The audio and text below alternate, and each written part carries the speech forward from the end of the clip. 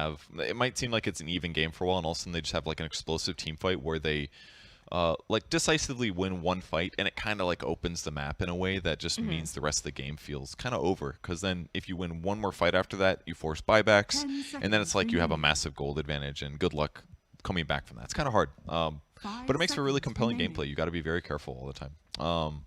Nature's Prophet banned out as well. Dragonite 2.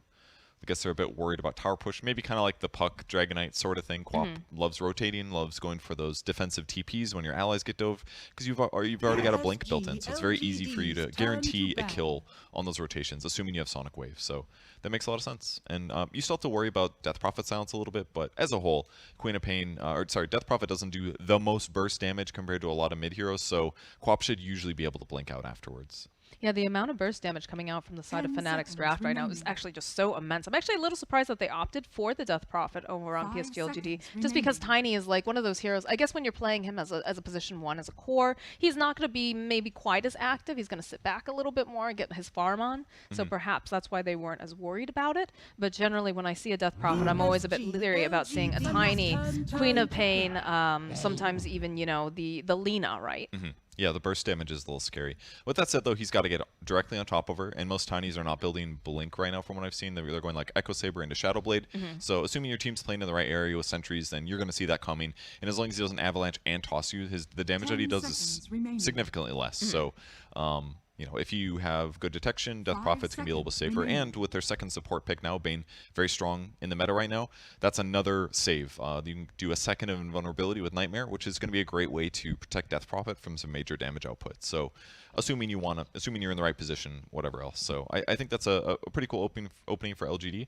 Their AoE right now is okay. Death Prophet is pretty good AoE. Winter Wyvern is pretty good AoE. Bane's lacking there, but I think it's a good way to open up the match for LGD here, and they can still be really flexible on lanes. Death Prophet doesn't have to go in the mid lane. You can play side lanes in the past. She's not quite as good at that as she used to be because her movement speed's a bit lower, but she'll still be flexible. So LGD doesn't have too much to worry about right now.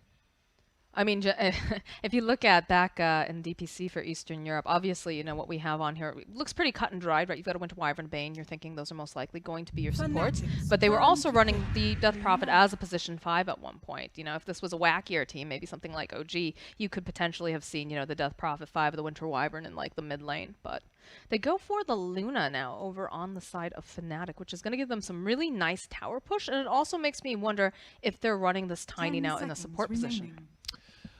Yeah, that is a little bit interesting. Or you could do Quap 3, Tiny mid, or you could do Tiny 3 maybe. That's not as good as probably 2. You could do Quap support and play Tiny mid or something. I do like Luna though. Strong laning hero. You're going to be laning against probably a Winter Wyvern 4, I assume, who is an okay laner but not incredible. So pair Luna with some other strong support, you can definitely get kills. The other thing is that Luna has tons of burst damage when playing against a Death Prophet. The Eclipse plus Lucent Beam, you're doing, you know, over 1,000 magic damage. So between like Luna and Quap and what Tiny represent right now, it's a lot of burst against Death Prophet. Like you're gonna need a Glimmer Cape on LGD, probably a Hood or a BKB on DP, something like that. And they go for an Ogre, a support hero who's been seen a little bit here and there by some teams, not really seen as the best support, but it's a very strong laning support. Not as good as Bane, but it has gotten some buffs recently.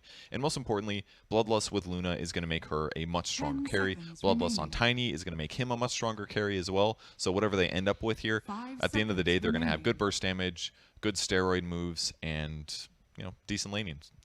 It's pretty interesting to see the way that they're crafting each of their drafts as well. You talked a lot about PSG LGD having the advantage of being able to have these saves, right? You've got to save, you've got to heal, and I felt like a lot of the teams that I've been watching recently that have had very good success do make sure that they have some sort of way to have that heal, have some sort of save. Whereas over on the side of Fnatic, they're going full out aggression, right? They've got a steroid for their Luna, a steroid for their Tiny in the form of that Bloodlust. They haven't really opted for that. Yeah, the save stuff. Yeah, that's pretty true. And I would also argue that their burst damage is pretty raw damage. It's not so much like you're chain stunning while doing damage. It's like a lion type hero.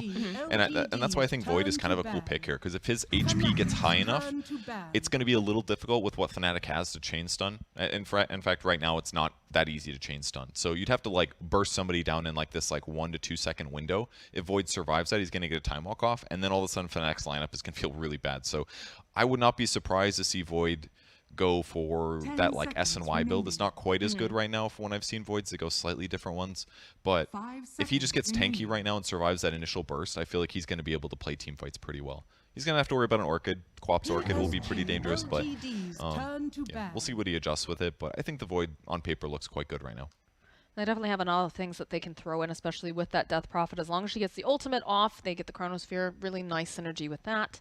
And again, having that silence. And also just the way that they can set up some of these fights with, you know, using the Bane generally is what you want to do.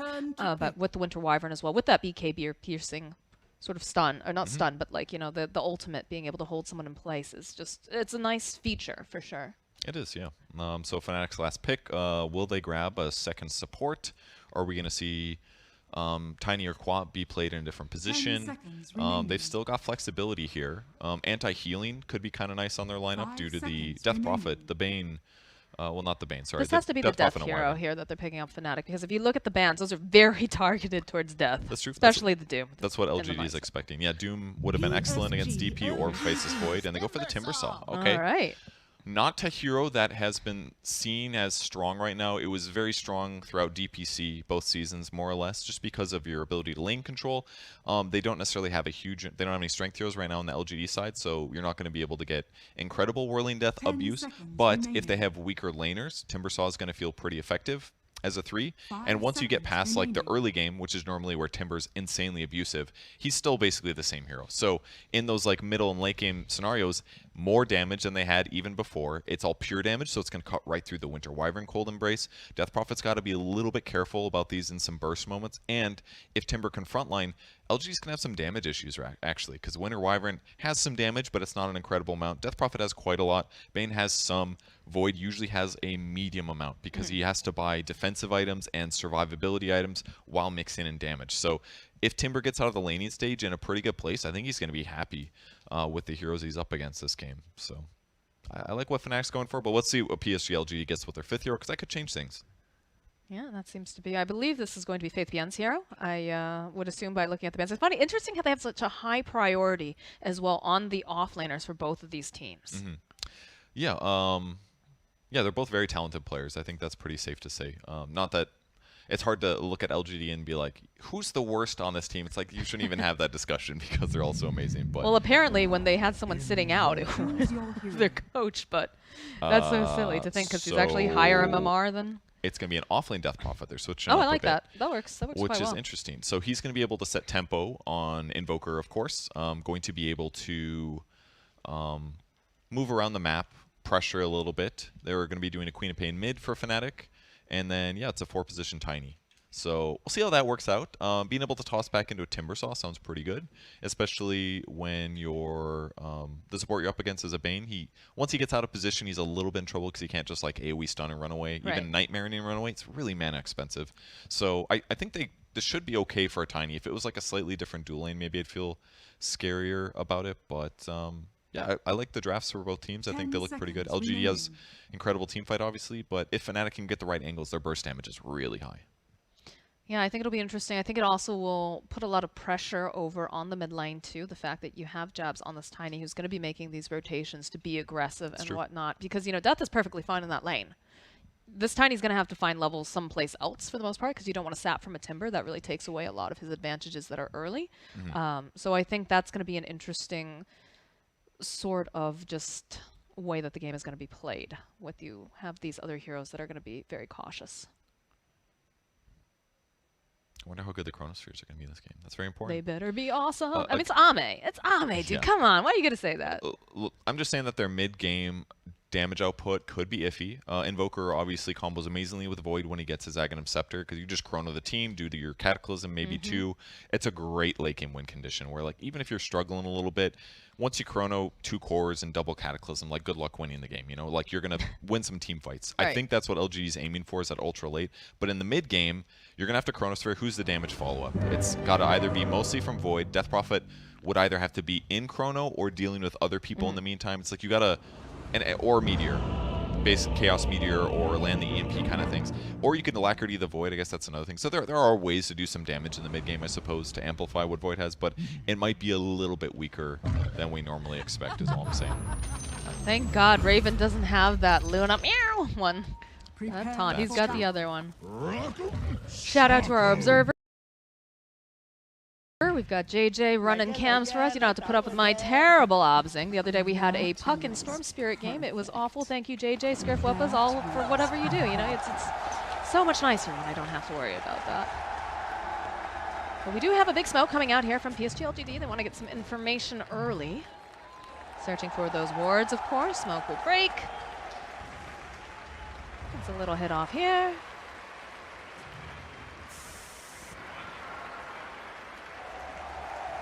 Looking across the map, across the river. A lot of Fnatic fans cheering here. A lot of Fnatic fans. Let's go. They're trying to get them hyped, which makes some sense because let's be real, Fnatic is playing very easily the best team in the tournament right now. So getting wins is going to be tough. But if they can do it, this would be huge. Get the W's off the champs, man. Well, I mean, this is the big one, yeah. You know, everybody's saying, you know, this is PSG LGD. This is Ame's year, according to the Chinese fans. This is the team that's going to win. I mean, everybody is, right? If you're a fan of whatever team you are, you're like, oh, yeah, you know, my team, they're going to do it. But they are the team to beat. This is the team that everyone's been doing their homework on. Yeah, that makes a lot of sense. The battle begins. All right, going for the bounty runes. They won't completely contest, just posturing a bit, but 2 for Fnatic, 2 for LGD as expected. They're still cheering. They won't stop. They're showing some pride here too, man. That's true. That's very important. Another important thing, when you have an Invoker, it can really help to contest those runes. Those first couple water runes here. DJ going to start off a fight here in the bot jungle. The old Ignite slapping on 2 people. It always feels Value. good. Always feels so good. They're chasing a little bit, limiting Death's ability to get to the creep wave. It's going to take him a bit here. And he's just going to do Timber Saw things. There's really no other reason to mess too much. DJ is poor. He kept that cheese taunt again, but DJ, you know, doing his best, trying to just push them off here. Because they are going for that aggressive Shrine Lane over on the side of PSG LGD. That's going to be pretty important. Like we said, Face's Void's damage could be a big issue here, so it really helps if he's going to be able to have a good laning stage to start things off right. And because Death Prophet has such high movement speed, as a safe laner, and up against a Tiny, it's really not that dangerous as a whole, unless he gets like really separated and they get a lot of right clicks in. So with that said though, if you're worried about a tri-lane, I think a Timber Saw is usually a pretty good hero for that because he's going to build up stacks pretty quick. He's almost level 3 already, which is really, really important here. DJ's been giving him some soul experience. And once he gets that level 2 in reactive armor, his life's going to be just easier because he gets double the stacks and a lot more armor. It's a very tanky boy lane too. They're very brawly. They don't really care if they're getting smacked, especially the Timber. I think the only hero that really enjoys that tri-lane even more would be something like an Elder Titan that gets the extra bonus with the extra bodies. But Chuen has to be a little bit careful. Nothing to say. Plinking away on him over here.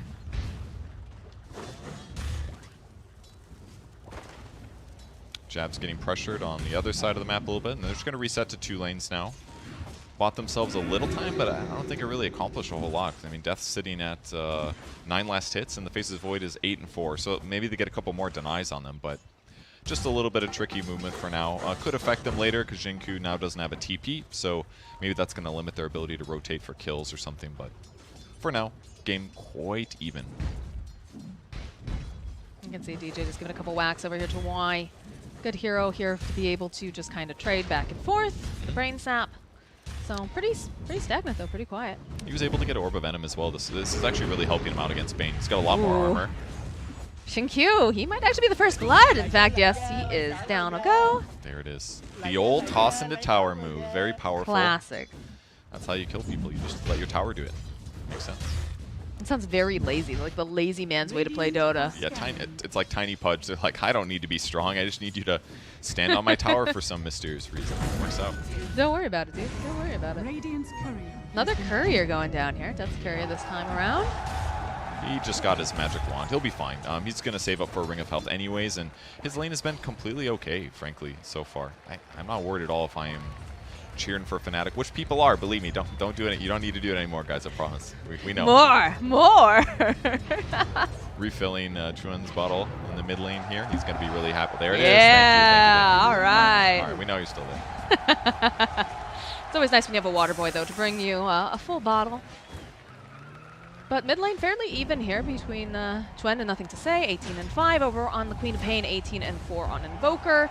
Again, Invoker, one of those heroes that most likely not going to rotate unless he gets a Rune of Opportunity. The Queen of Pain probably, you know, will see the opportunity. Maybe someone's trying to dive under tower, or they're going to try to push their luck in another lane. Because they need to make some space here for this Faceless Void. They do, but most importantly, it's like one of those things where when your chrono's up, you want to get a kill with it if possible, and hopefully it doesn't take you a lot of time to like group, run to your support, pop a smoke, run somewhere, get a chronosphere. You want to get these like little pickup kills that even if it's like a 5 or a 4, they still accelerate you a decent amount while still keeping your farm level really high. That's what you want to go for if you can, but if they just keep putting Timber in the same lane as him, he's not going to get that same opportunity, and that's why they rotated lanes most likely. They put Faith Beyond in the lane against Timber. Faith Beyond can offset any harass he takes with his Spirit Siphon, and now it's going to be carry versus carry on the top lane, and instantly they teleport Death up there. They're like, lane swap, baby. Don't let him get any lane that he can get a kill in, basically. Swap him around and make things perfect for this lane matchup. Ame is definitely not enjoying over here the fact that he is just getting bullied constantly. Death, of course, having the run of the place. But still, CS is not looking horribly either way.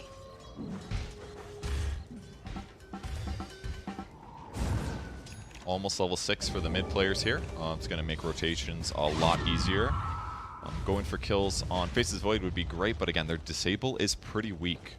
So actually finding a kill setup might be hard for them for quite a while here. So for now, just lane farming. Everyone tries to get as much gold as possible in levels, and it's quite even across the board. It's good for Fnatic. Man, I feel like every time Chuen goes anywhere near like trying to get some of these last hits or goes for the scream, he's just immediately punished by Nothing to Say. Yeah. Every single time. You just see that health just disappear. And he's going Quas Exhort as well, so going for Sunstrike builds.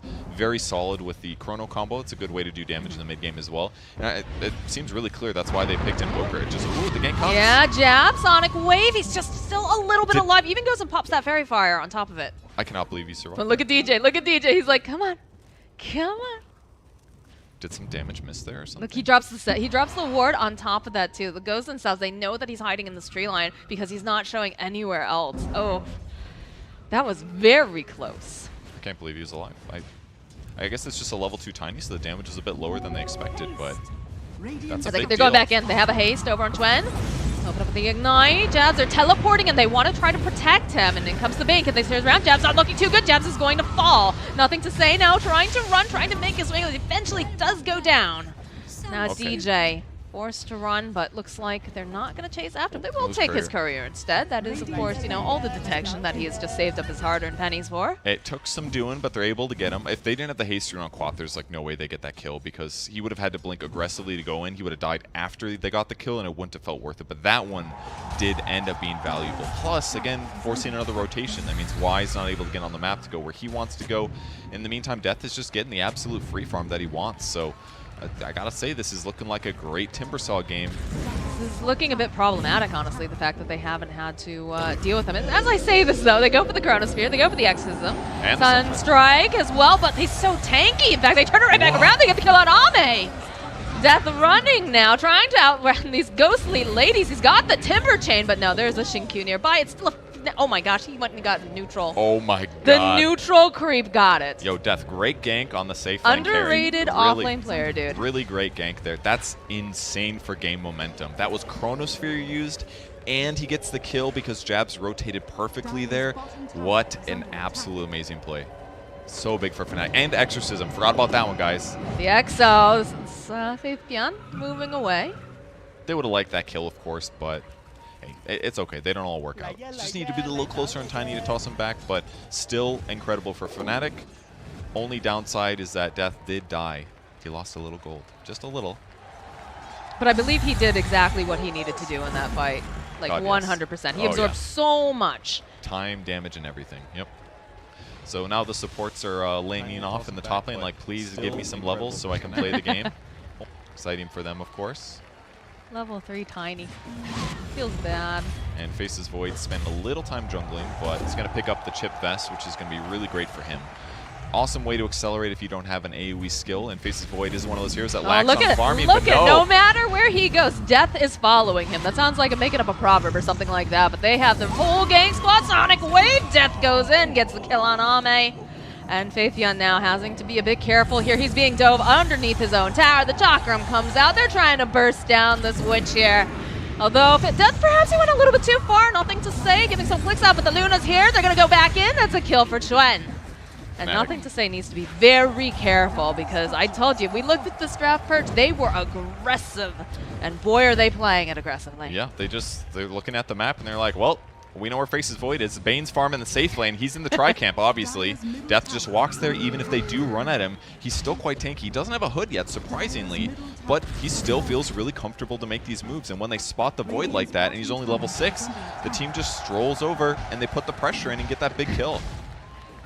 Jabs is being quite cheeky here. Look at these level differences over on the side of Fnatic versus PSG currently. Getting kills helps a lot. Getting kills does. I mean, with... He walked to the lane again. Faces Void's top. He's like, all right, heading over, guys. Be My right there. best friend, the Faceless Void. How you doing, buddy? There's that replay there. A little damage being dealt. The Sonic Wave. They pick up a courier as well. Then that gives them time to now dive for Faith Beyond. Just excellent execution. I'm sure he has had absolutely enough with this Timber Saw, but they do rotate Faithion, go wide, they go for the Exorcism, they're like, get this guy off of me. Follow Shinkyu, this is 4 heroes up here. Jabs with a nice avalanche, slows them down, just enough death. He's running, there's gonna be the Sunstrike, no. He can't get him. Can they get there faster? No, he's got the 17 up, he is an escape artist. Death is going to survive. No way. After they rotated 4 heroes, burned the Exo. Ankle's broken. That was 4 broken ankles, guys. Maybe 8, we'll see. That I can't believe he's lived again. That time I was like, there's no way he lives. There's no way. They're definitely going to get him this time. Doesn't have a hood. He's got lots of regen, lots of levels, 4 points in reactive armor, and that was enough. No hood still, again. Yeah. He just doesn't need it. Most Timber Saws just buy that right away, get all these tanky items. But Death is just, he's picking up his quick items. He wants a different Fnatic on the aggressive again. They want to try to get Nothing to say. They did land a nice silence, which bought a little bit more time. Jabs, though, perhaps going a bit too deep, so he is forced to try to juke. Nope, the Crypt Swarm at the last second from Faithion will ensure his death. A lot of Sunstrikes that are not quite landing perfectly. They're just in their mind right now, and that's got to hurt. When you miss the first couple, you start to lose confidence. You're thinking like, oh man, they're always one step ahead of me. If you can't get past these mind games, it's going to be a lot harder for Nothing to say to accelerate in levels. That's a big deal. It's delayed ags. With that said, he's got a Midas. He's the most farmed person on his team right now. So he's just got to keep this up till they can get the ags. The game is not over at all for LGD. They are losing real estate, though, and that is something that they have to be hyper aware of. They're really pushing into their side of the jungle. They're making sure that they're just trying to take as much space away as possible. Shinkyu trying to clear up this creep wave, but does have to be careful here. Death would love to add another notch onto this belt that he's got going on. He's chasing him down. Casually, Chuen says, oh, what are we doing? Let me help. And that's another kill for Death. He's just creating so much space. He's living up to his name, dude. Yep, his Yules is just about completed. He needs to buy a Void Stone here. And that'll be great against potentially Faces Void if he Chronos. He could use it on himself if he's in trouble. If he gets silenced. If he gets silenced, he could also Yules a Bane if Bane's gripping someone. Timber chain in, Yules that guy. There's a lot of good things he can do with this item. And clearly he's not needing the hood too badly. And look at this, he's not even letting him get close to this tower. He can just be so aggressive. He is respecting it, though. He's backing off a little bit. Or actually, he's just luring in Faithion here. Chakram, Spirit, Siphon will work. A bottom lane. They went for the Chronosphere, and they do manage to take down Jabs. That's Nightmare over onto Chuen. If that's the only kill they're getting, I think LGD is absolutely not happy. Look at the net worth difference now. 3K gold advantage for Fnatic. The constant pressure on the top lane. They just, again, they have damage problems. Their damage is Exorcism and Sunstrike and Void if Void is farmed. Void's not farmed. The Sunstrike's Ame's trying really hard, but everywhere he goes, there's just a Timber Saw. Hello. And the Sunstrikes are hard to land outside Chronosphere. They don't have cheap, easy disables. It's like Winter's Curse, they have a bunch of slows, and they have grip. So it's like anytime they want to pressure Death, there's just, it's not super easy to do with the heroes they have. This Bane plus Winter Wyvern combo, it just feels a little bit limited for him. Nothing to say. Walking into Twen and jabs. Toss over. He's going to take a little bit of a nap here, this Tiny. Sonic Wave coming out. Nothing to say. It's just absolutely blown up. And oh, look, it's our good friend Death as Y just gets cut down. They're not even done. There's not a lot of mana left on Twen. He's looking at Faith Beyond like, hey.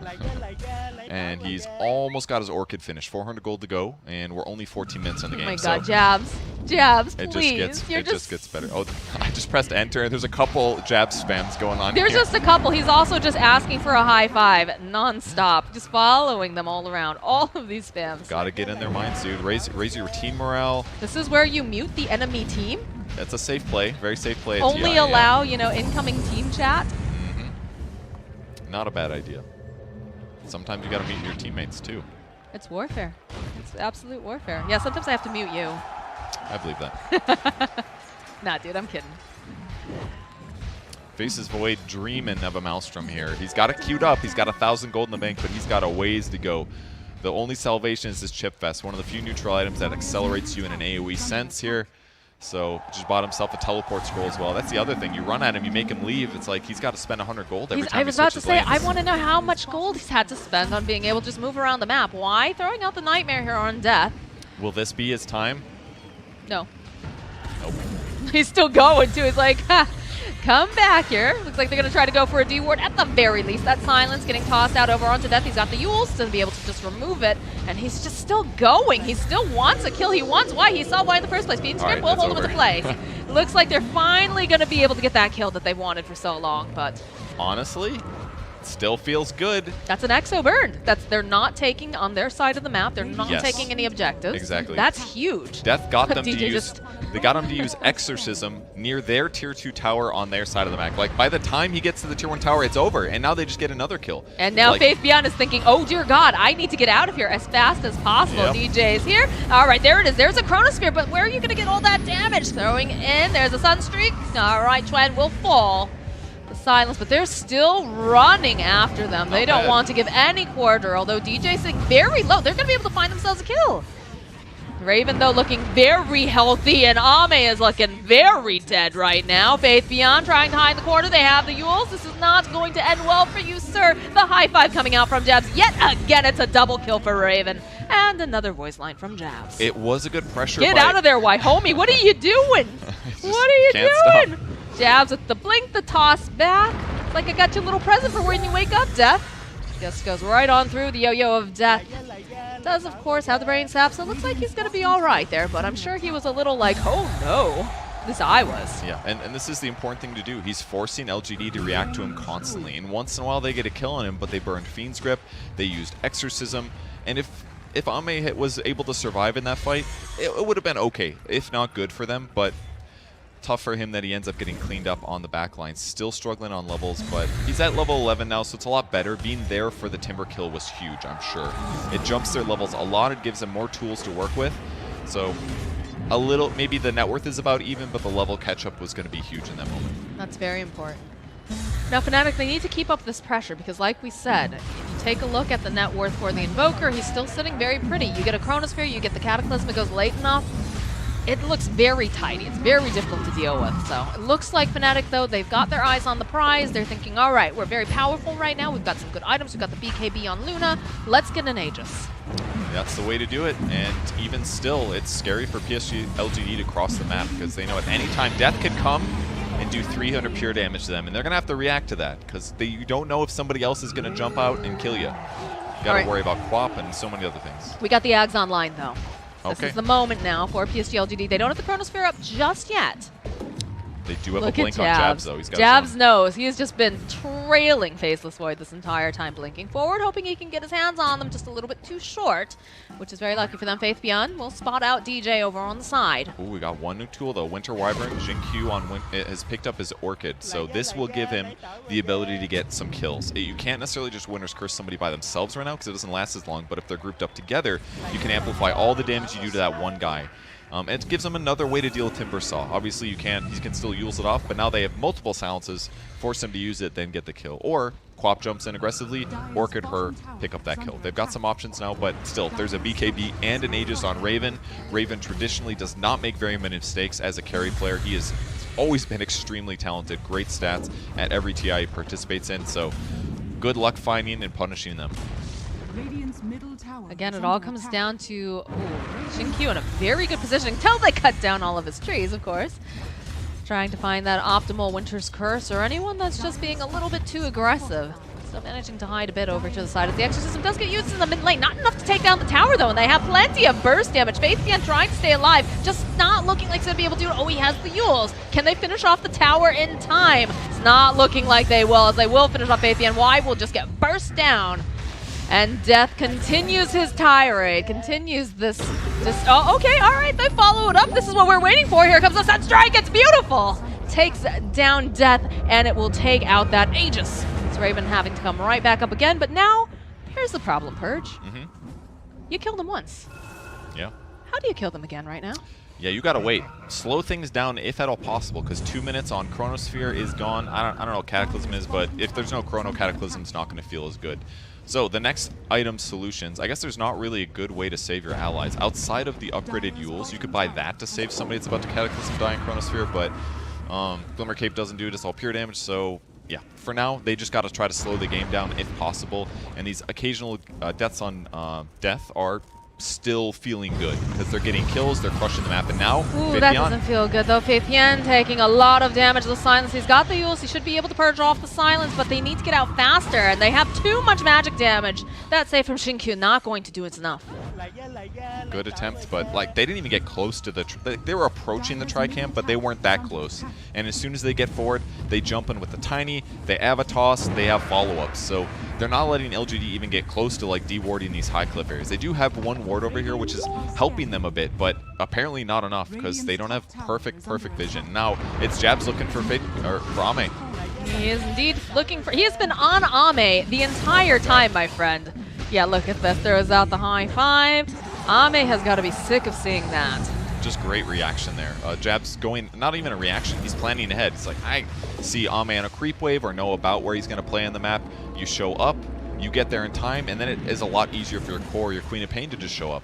He TPs, he blinks over, he gets the follow-up on that kill, and now a huge kill on Ame. But with that said, it's almost time. 40 seconds left on Chronosphere.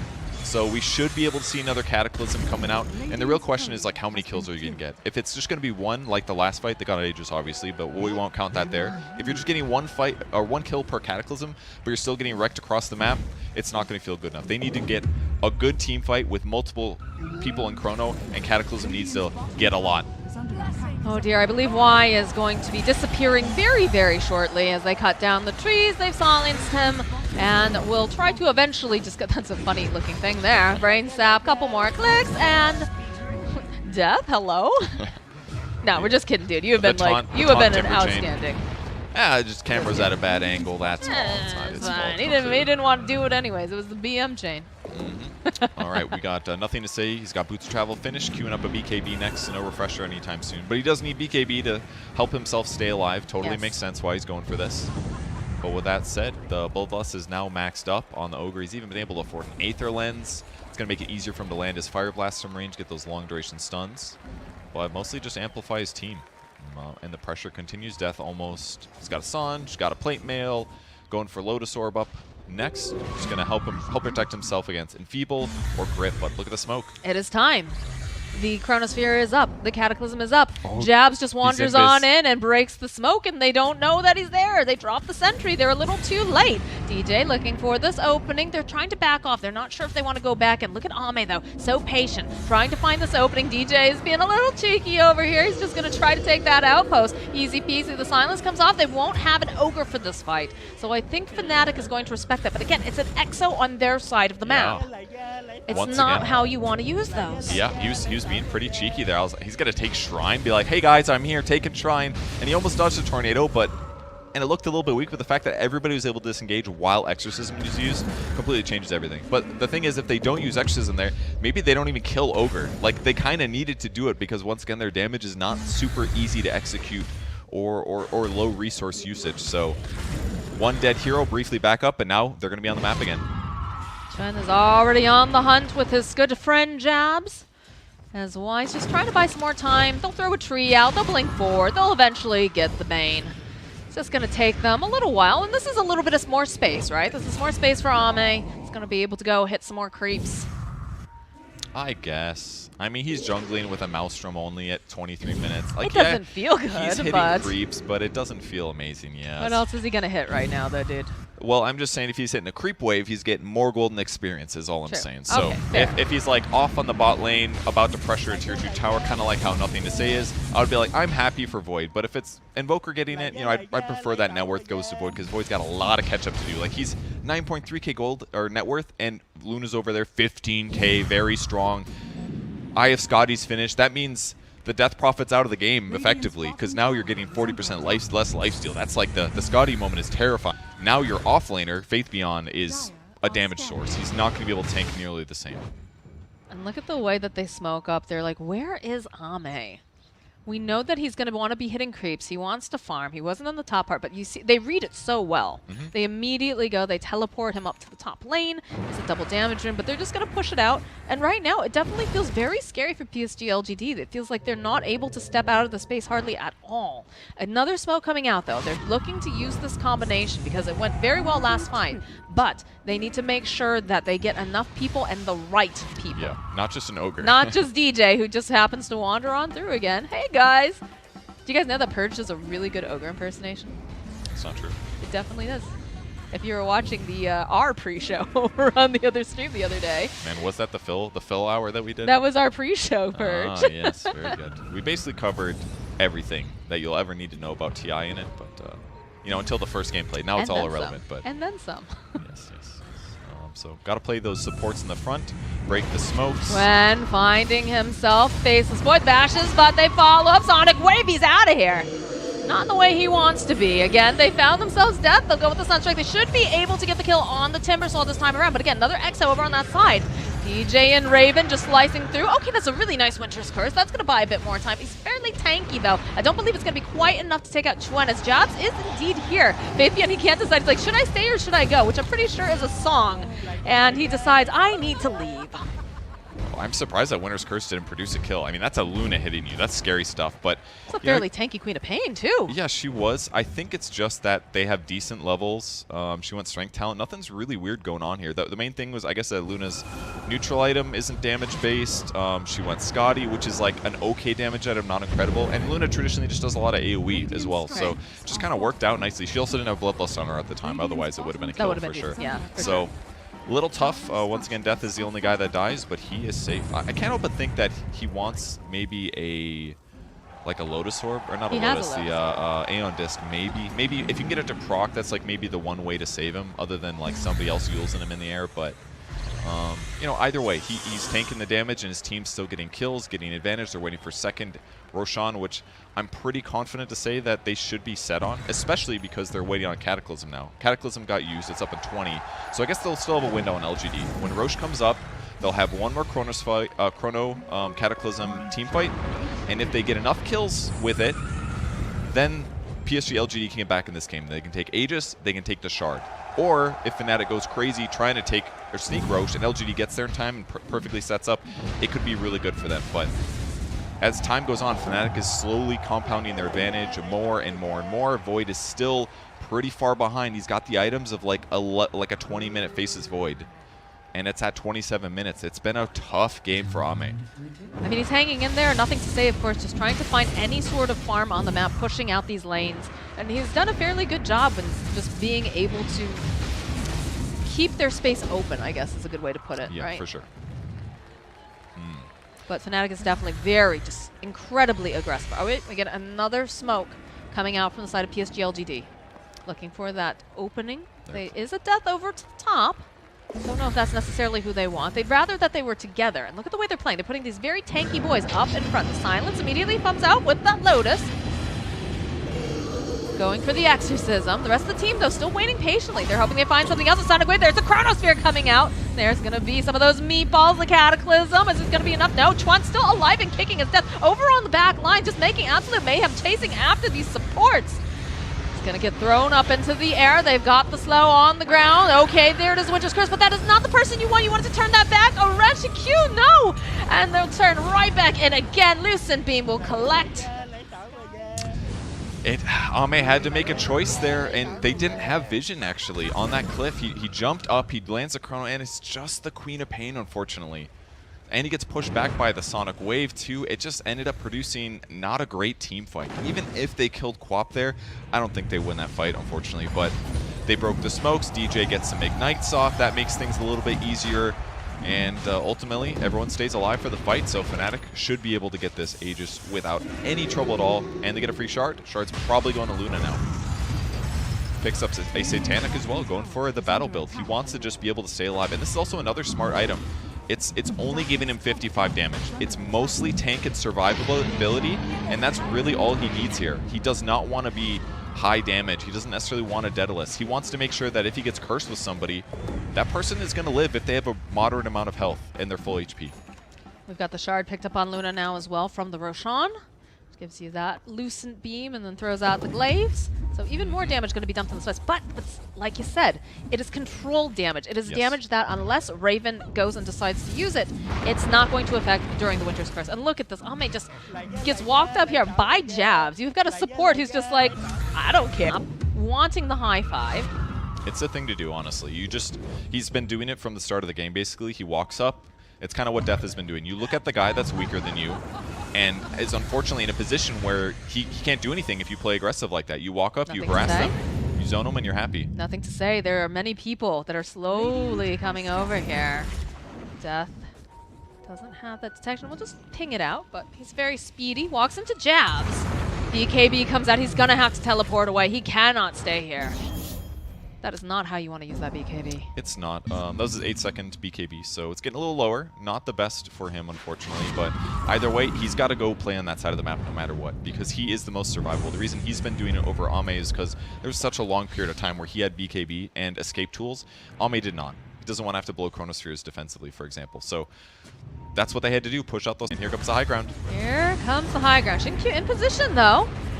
They're looking like they want to just get rid of this Wyvern. They don't want to have to... Yeah, there's no Winter's Curse that they have to worry about at all. No buyback up here on Wyvern. 40-something seconds. Several Lotus Orbs being thrown out. Faith Beyond trying to run away. Death just keeps putting on that pressure. The Exorcism does get popped. They go for that Chronosphere, followed up with the Sunstrikes. They'll blow up Death, but you still have a Luna over here. And you do have someone who's gone perhaps a little bit too far. Jab's going to pay for his sins here for going in, but a couple more clicks coming out. Got the XO, nothing to say. We'll just slowly get chipped down. And Fabian, he's trying everything he can. He's got all the ghosts, but look at that multicast. Oh dear. Raven just doing things that a Luna does in this mid-game. Hitting the buildings, forcing them back. They just can't approach at all. DJ did a cool move there during the chrono. He actually walked up and tanked one of the Sunstrikes that was going to hit the Luna to split the damage in half, just to keep Raven's HP a little bit higher. So these like little min-max things that they did gives them a better chance in these team fights. But LGD has to go for that. Unfortunately for them, they don't quite have the 4,000 gold on the Invoker, but he wasn't quite there yet. Ate the Sunstrike in that clip right there. And yeah, they're going to kill Jabs in the back line, but Faith Beyond is not the best front liner at this point. They used a great halberd on the LGD side against Raven to buy them sometime right before his BKB got popped. But unfortunately, at that point, fight was still too far over. Void desperately looking to catch up here. Almost, he does have Mjolnir now, aiming for a shard. And a Scotty is absolutely necessary against Luna, but the net worth disadvantage is so big. We're like almost double now. Raven was almost 2 times the net worth of the enemy carry. And now he's got Butterfly too. So and he still has an Aegis. He still has an Aegis. Sky is having a perfect game, 6-0-5 right now. Very powerful. He's got his teammates to go and tank all of this damage. Look at he just does not care. He gets silenced. Okay, big deal. He's got a Lotus on him. Oh, it pops it. Plus with this. That was a Mirror Shield. He had a Lincoln's and a Lotus. That's a Mirror Shield. That's pretty much it. And he's got armor here. Off here. There it is. There's Winter's Curse. Again, it's the wrong image to follow up. It's too early. No, it's too early. That's a huge mistake. The Aegis, though, does get popped. But we're coming right back up again. Xin-Q, he will fall. Raven's back up. He's got the BKB. He's getting Fiend's Grip. But the rest of the team, what are they going to do to him? What can they possibly do? The buyback coming out now from Wyvern. They're trying to find any sort of an opening here. They get the Eclipse off. All right, BKB popped over onto Ame. He's trying to force them out of his base. He does not like that they're here. Trent gets stunned up. Couple of bashes. Not going to be able to run away this time around. Silence over onto this Timbersaw Raven, though he pops at Satanic. He gets Chronosphered by Ame. They're going to be able to follow up with the Cataclysm, with the meatballs. It's enough. They take down the Luna. Death running for his life now. The tables have turned. LGD, they're just going after them, taking them down one by one. DJ, he's been a sassy boy this entire time, but they've had enough. Where's your high five now, dude? All right, they finally win a team fight. It looked so bad after that Cataclysm came out. If Winter's Curse is active, nobody there takes damage except for the primary guy from Winter Wyvern. So those Sunstrikes hit just a moment too early, and as a result, it looked really bad. But the crucial mistake was Chuen jumping in and getting killed a little out of position. The tower wasn't dead. Fnatic was flexing their strength clearly, but him dying was too much. Because once he's down, the burst damage is gone, and Fnatic wasn't able to prevent LGD from chasing them down and scoring those kills. What a fight. Honestly, what a fight. You cannot, at this level, when you are a team at TI-10, you cannot make these mistakes. You can't. But on the bright side, a little opening from their opponent, some good punishment, and they were able to get the Queen of Pain. The BKB had already been used on her, so she ends up getting destroyed. She's queuing up a Satanic now. She might have been silenced. I do remember seeing silence when she was dying, but I don't know if she had blink or not is what I'm saying. Maybe she could have blinked out or something, but...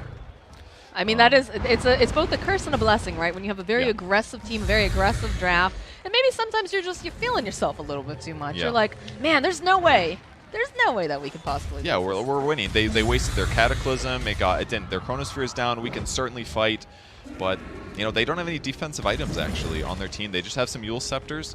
DJ did purchase the Fire Shield Shard, so he's been slapping that on his teammates, which is a great way to reduce the damage that Void does.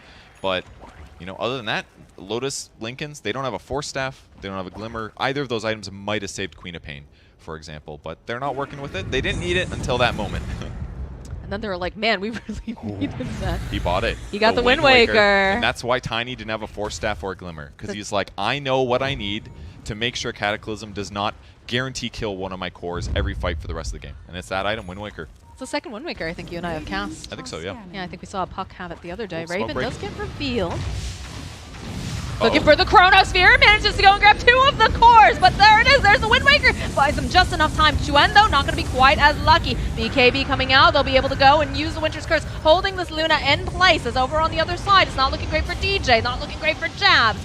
Cores, though, they need a bit of help. There's so much damage. The Fear, the Exorcism, they blow up Raven, and this is looking like a very dead death, too. They were not ready for that fight, and there was a perfect Observer Ward placed by LGD waiting for them to cross the river. They had perfect vision. They get the big Chronosphere, and even with that Wind Waker save on Luna, Quap dies instantly, no buyback, and all of a sudden, LGD is ahead. And let's think back, guys. Fnatic's been crushing all game. Here's that replay once again. They grip the Quap to guarantee her death. Ame's DPS is actually pretty solid now. He's able to clean up DJ on the backline. Winter's Curse offsets the BKB. In the Eclipse of Luna, then they tornadoed. It just allowed them to separate the fight so well. And that one mistake with Quap dying mid has opened up so much for LGD. They do not have buyback on their 2 cores right now. They're just ripping through these buildings. And I wonder if PSG, I feel like perhaps they're going to play a bit safe. But if they knew, do you think they would try to put even more pressure over here on those cores? Or is that too risky? This is the way to do They're it. Too calm and collected. It's pretty safe. I mean, they just got a big net worth advantage. It's going to make the map positioning better for the rest of the game. I feel like Fnatic would, though. Like, the way that they're so aggressive, the way that they play, they'll be like, let's go. And in some ways, I would argue that even if LGD knows they have buyback, it's safer to take the racks, right? Because you're less out of position. When they buy back, you can more easily escape from the enemy's base, and they don't have Chronosphere Exo anyway, so if they get caught, they're like, they really don't want to fight. So this is just a safer move. Get big gold advantage now. That was like a 15k gold swing from the advantage that Fnatic has, and now they're playing from behind without any defensive items other than the Wind Waker. They're out for blood again. Death and Chuan looking for anyone that they could possibly find. It looks like they're going to be able to just barely teleport away. Won't be able to find them this time around, so they've checked the tree line. Ooh, Spell Prism, very good for Death Prophet if she wants it. But maybe going to go to somebody else instead, like Vaseless Void or Invoker, who would love to have lower cooldown as Refresh Orb and Exorcism, or as Cataclysms. Double damage now on Void. His Chronosphere is up again. He's going to walk right into death here. Man really doesn't like his level 10 talent. Thinks it's so bad that he'd get literally anything else over it. Interesting.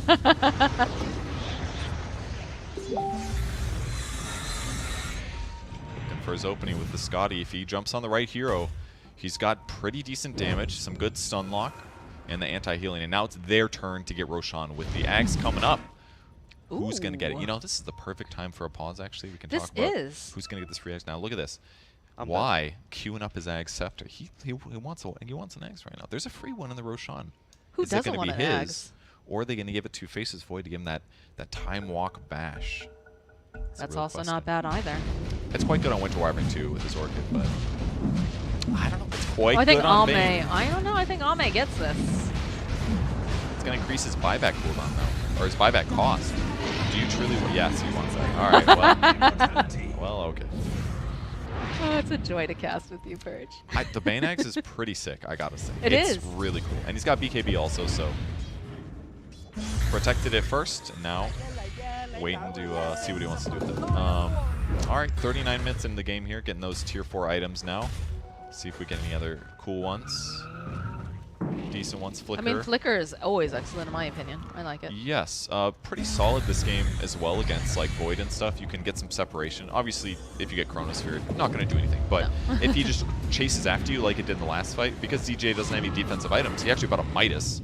Because now they're like, all right, we're going late, is what he's thinking. That seems a little weird to me. Because, okay, sure, if you have confidence that this game's going to go on for another 20 minutes, Midas is great here.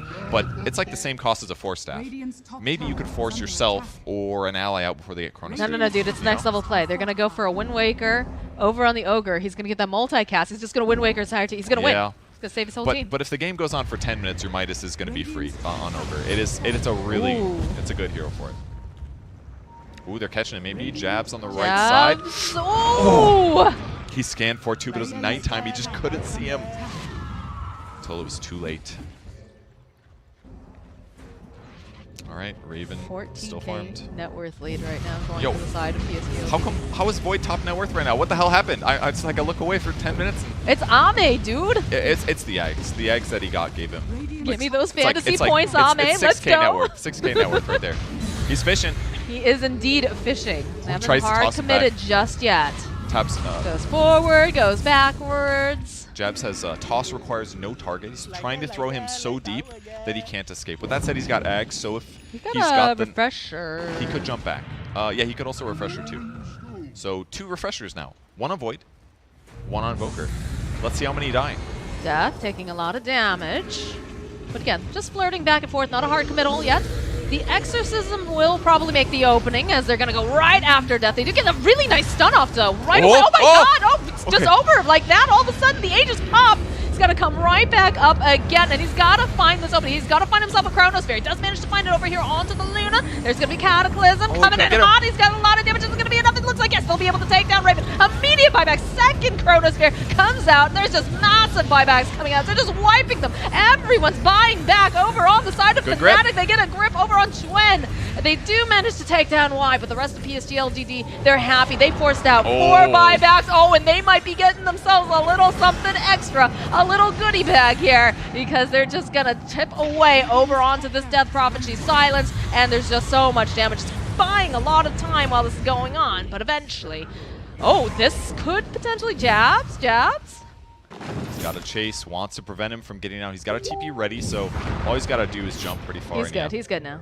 Jab's ready to teleporting there. Instead, doesn't catch him, which is totally fine. Cost him a lot of buybacks for that fight, but that was refresher orbs and big ultis on the LGD side. So if Fnatic can cross the map right now and get at least a Rax, it would be decent.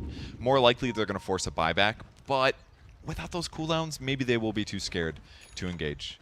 We'll see what ends up happening. But unfortunately, they weren't able to save Raven in the fight. That was the big thing. When the Chronos came out, I was like, who's caught? Ogre, it's Luna. Okay, obviously you'll see Luna, but Jabs couldn't quite get the angle. I think his blink might have been down, or he tried to get close in time, but he got caught in the Chronosphere, didn't get the Wind Waker off, so wasn't able to protect Raven, unfortunately.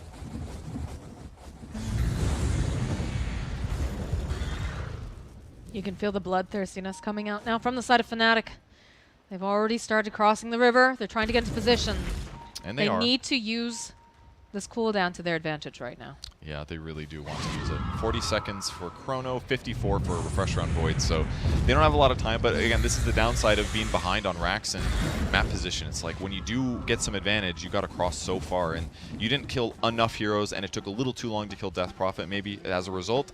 By the time you get there, she's 30 seconds away, and yeah, they don't even have to buy back on LGD. But Fnatic does have great map positioning. They got some wards down, but now that the spells are almost off, they're going to retreat again, it looks like. PSG LGD now, they're feeling confident, they're feeling aggressive, they go for a smoke. Death hiding in the tree line, as is DJ. Trying to get as much information as possible, but they don't see them. Looks like they're going maybe for a wraparound play. You can see some pings coming out. Putting a ward down by Roche, that one will be useful later on. Or just for now, spotting heroes as they might approach. They're notice a tornado, that'll give them information about where LGD is playing.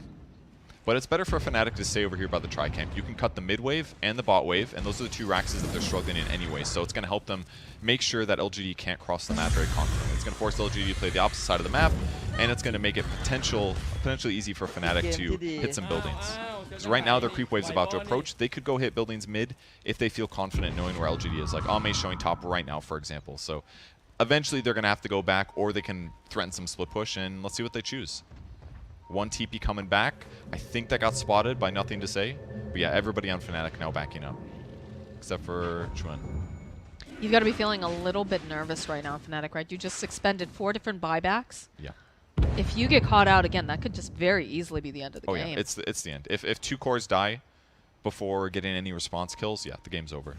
So it's all about the initiation, the vision, reading the map, where your opponents are putting their heroes, are they fully together. And frankly, that doesn't even matter much. You just need a Chronosphere and some global spells. So look how fast Chuan's just like nope, nope, nope, nope, nope, nope, nope. Yep. He pops that haster and says like, yeah, no. He saved his recipe though, so that's good. He was about to buy a plate mill. So gotta keep your Shivas. They don't quite have one yet. Attack speed reduction against Void would be nice. Silence immediately. Chuan getting found again here. Needs to be careful of this tornado. Just a little bit off the mark. And Raven ended up selling his boots and bought an Aeon Disc, which is the right choice. It's all about surviving. It's all about that burst.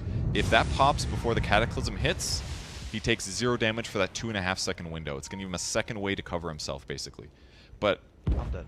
I think if they hit at the same time, though, he might just instantly die. I'm not 100% sure. Because it's 2 sources of Cataclysm damage, so we'll see what happens, potentially. Like, if you're full, let's say you have 8 HP, but you're full. Right. Is your Aeon Disc going to proc, or are you just going to die? You probably die. Or maybe, that's a bad example. Let's say if you have 2,000 HP, but you're full, and each Cataclysm does, like, 1,200 damage. Is the first one going to proc your Aeon Disc, or do they hit the exact same time? I'm not sure. We'll find out. It could matter. But on paper, Aeon Disc is like one of the only solutions other than the expensive Wind Waker. Oh, and we have a new one. Timbersaw bought one too. So they just got to stay spread out and pray that Face of Void did not get Chronos for AoE, which he did not. That's good. Probably wasn't a bad idea to skip it, but like, you know, Chronosphere AoE when you have Cataclysm is real good.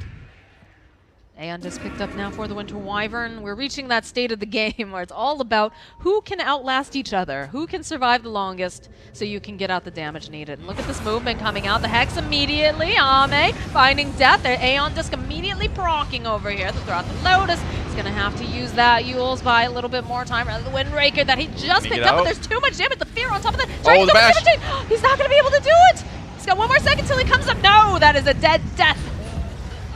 Over on the back line, Chuan trying to poke, trying to get anything. The Chronosphere does come out, though. He has the BKB, so no, that's just too much damage. Chuan will fall. Buyback now. He's the only one over on the side of Fnatic with that buyback. Exorcism has been used.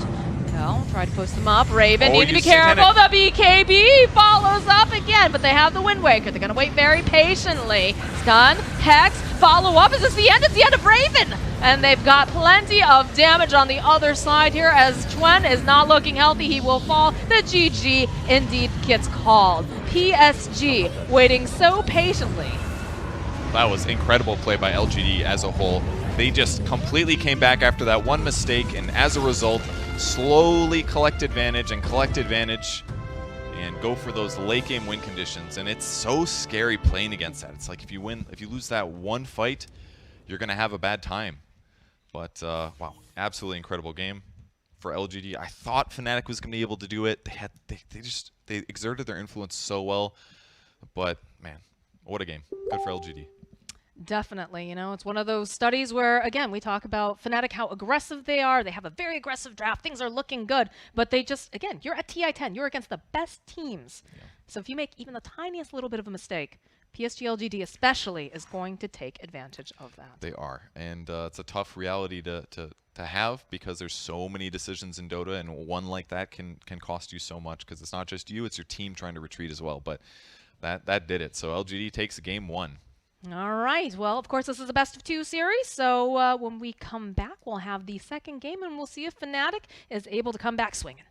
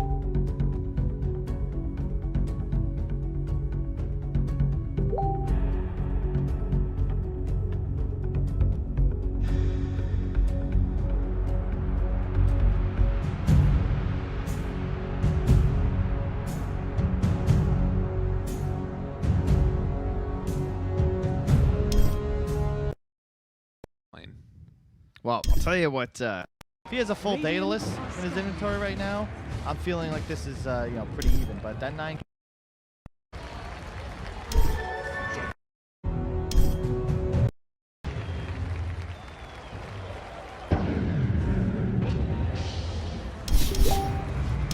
Can they fire?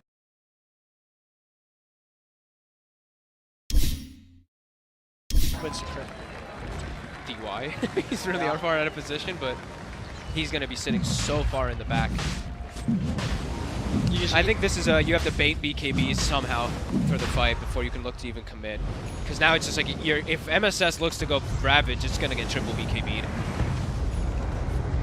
It's just not easy.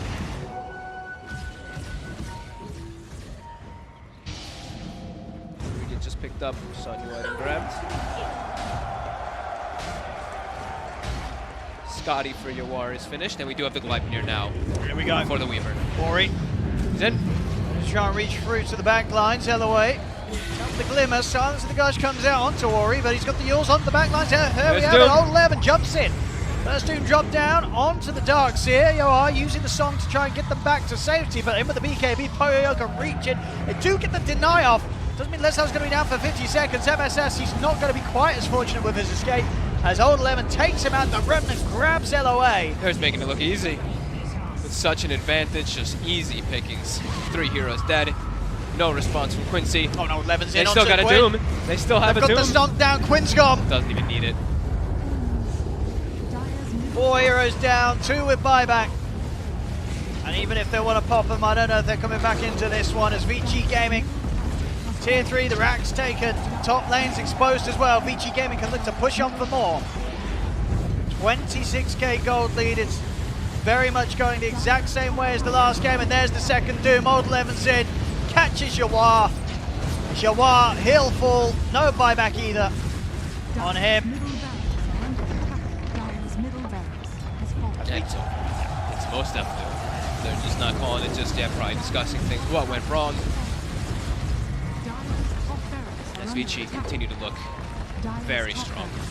This game barely slipping it up. I think what, around like the 10 to 15 minute mark, I think we had a pretty decent comeback that Quincy Crew did have after a little bit of a shaky, not using the Sonic Wave and all that. They did have a little bit of a chain sequence where they did get kills, but then the BKBs came online. Vici just purchased double BKBs. We're ready to take every single fight. And yeah, BKBs seem to be the story of the game for me. Story of the group stages a lot of the time. Besides, you know, Lycan Wolf plus Tiny. Valuable item, this Black and White. They're going to go for one more shot here, Quincy Crew. See what they can do. There's no Dooms available, so this would be their best shot.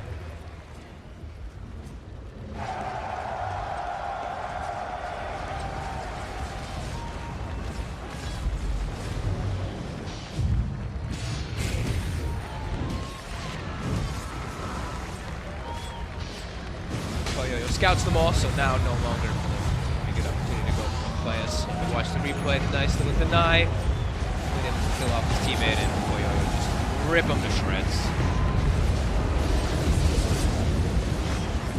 Again, coming right out on the map here. Pushing out the mid, Yawar. Trying to get the Ags online here. So they can have some way to lock down those BKB targets. On the river, Quinn. Stunned, and he'll go down. No chance for a blink out. They've got enough lockdown in again. Not even needing to use the Doom. Not even. Double Doom's going to be ready for the next move here. Yep. Old 11 he didn't have to put the refresher to get it. They have enough stun alone to kill off Quinn.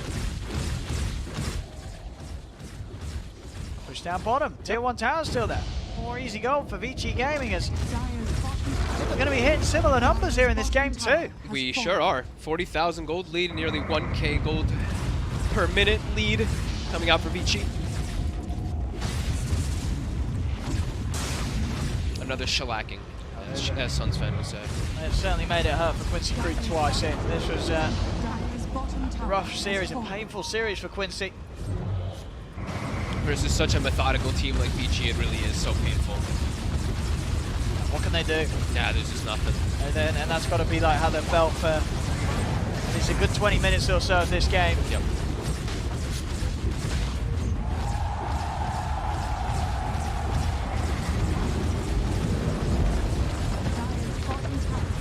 try one more time here.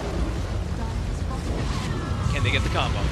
Quinn, they jumped immediately. The Ravage comes out, but it's not going to catch anyone with the BKB already out. Hold 11, pause the refresh. Who's got a second Doom to go? Yua's been doomed. Has to head back to the fountain. They've lost Leslau and Quinn. LOA to fall. MSS as well will die on his way back to the fountain. Ultra kill. It's there. GG's called, and again, it was nearing the 40k lead that we saw in last game. VG Gaming taking both of these games and in complete control and complete style. There was no coming back for Quincy Crew each time. VG Gaming, some solid wins here. Yep. As unfortunately for Quincy Crew, just another rough series here. TI's ham. Yeah, and just really strong from drafting to itemization.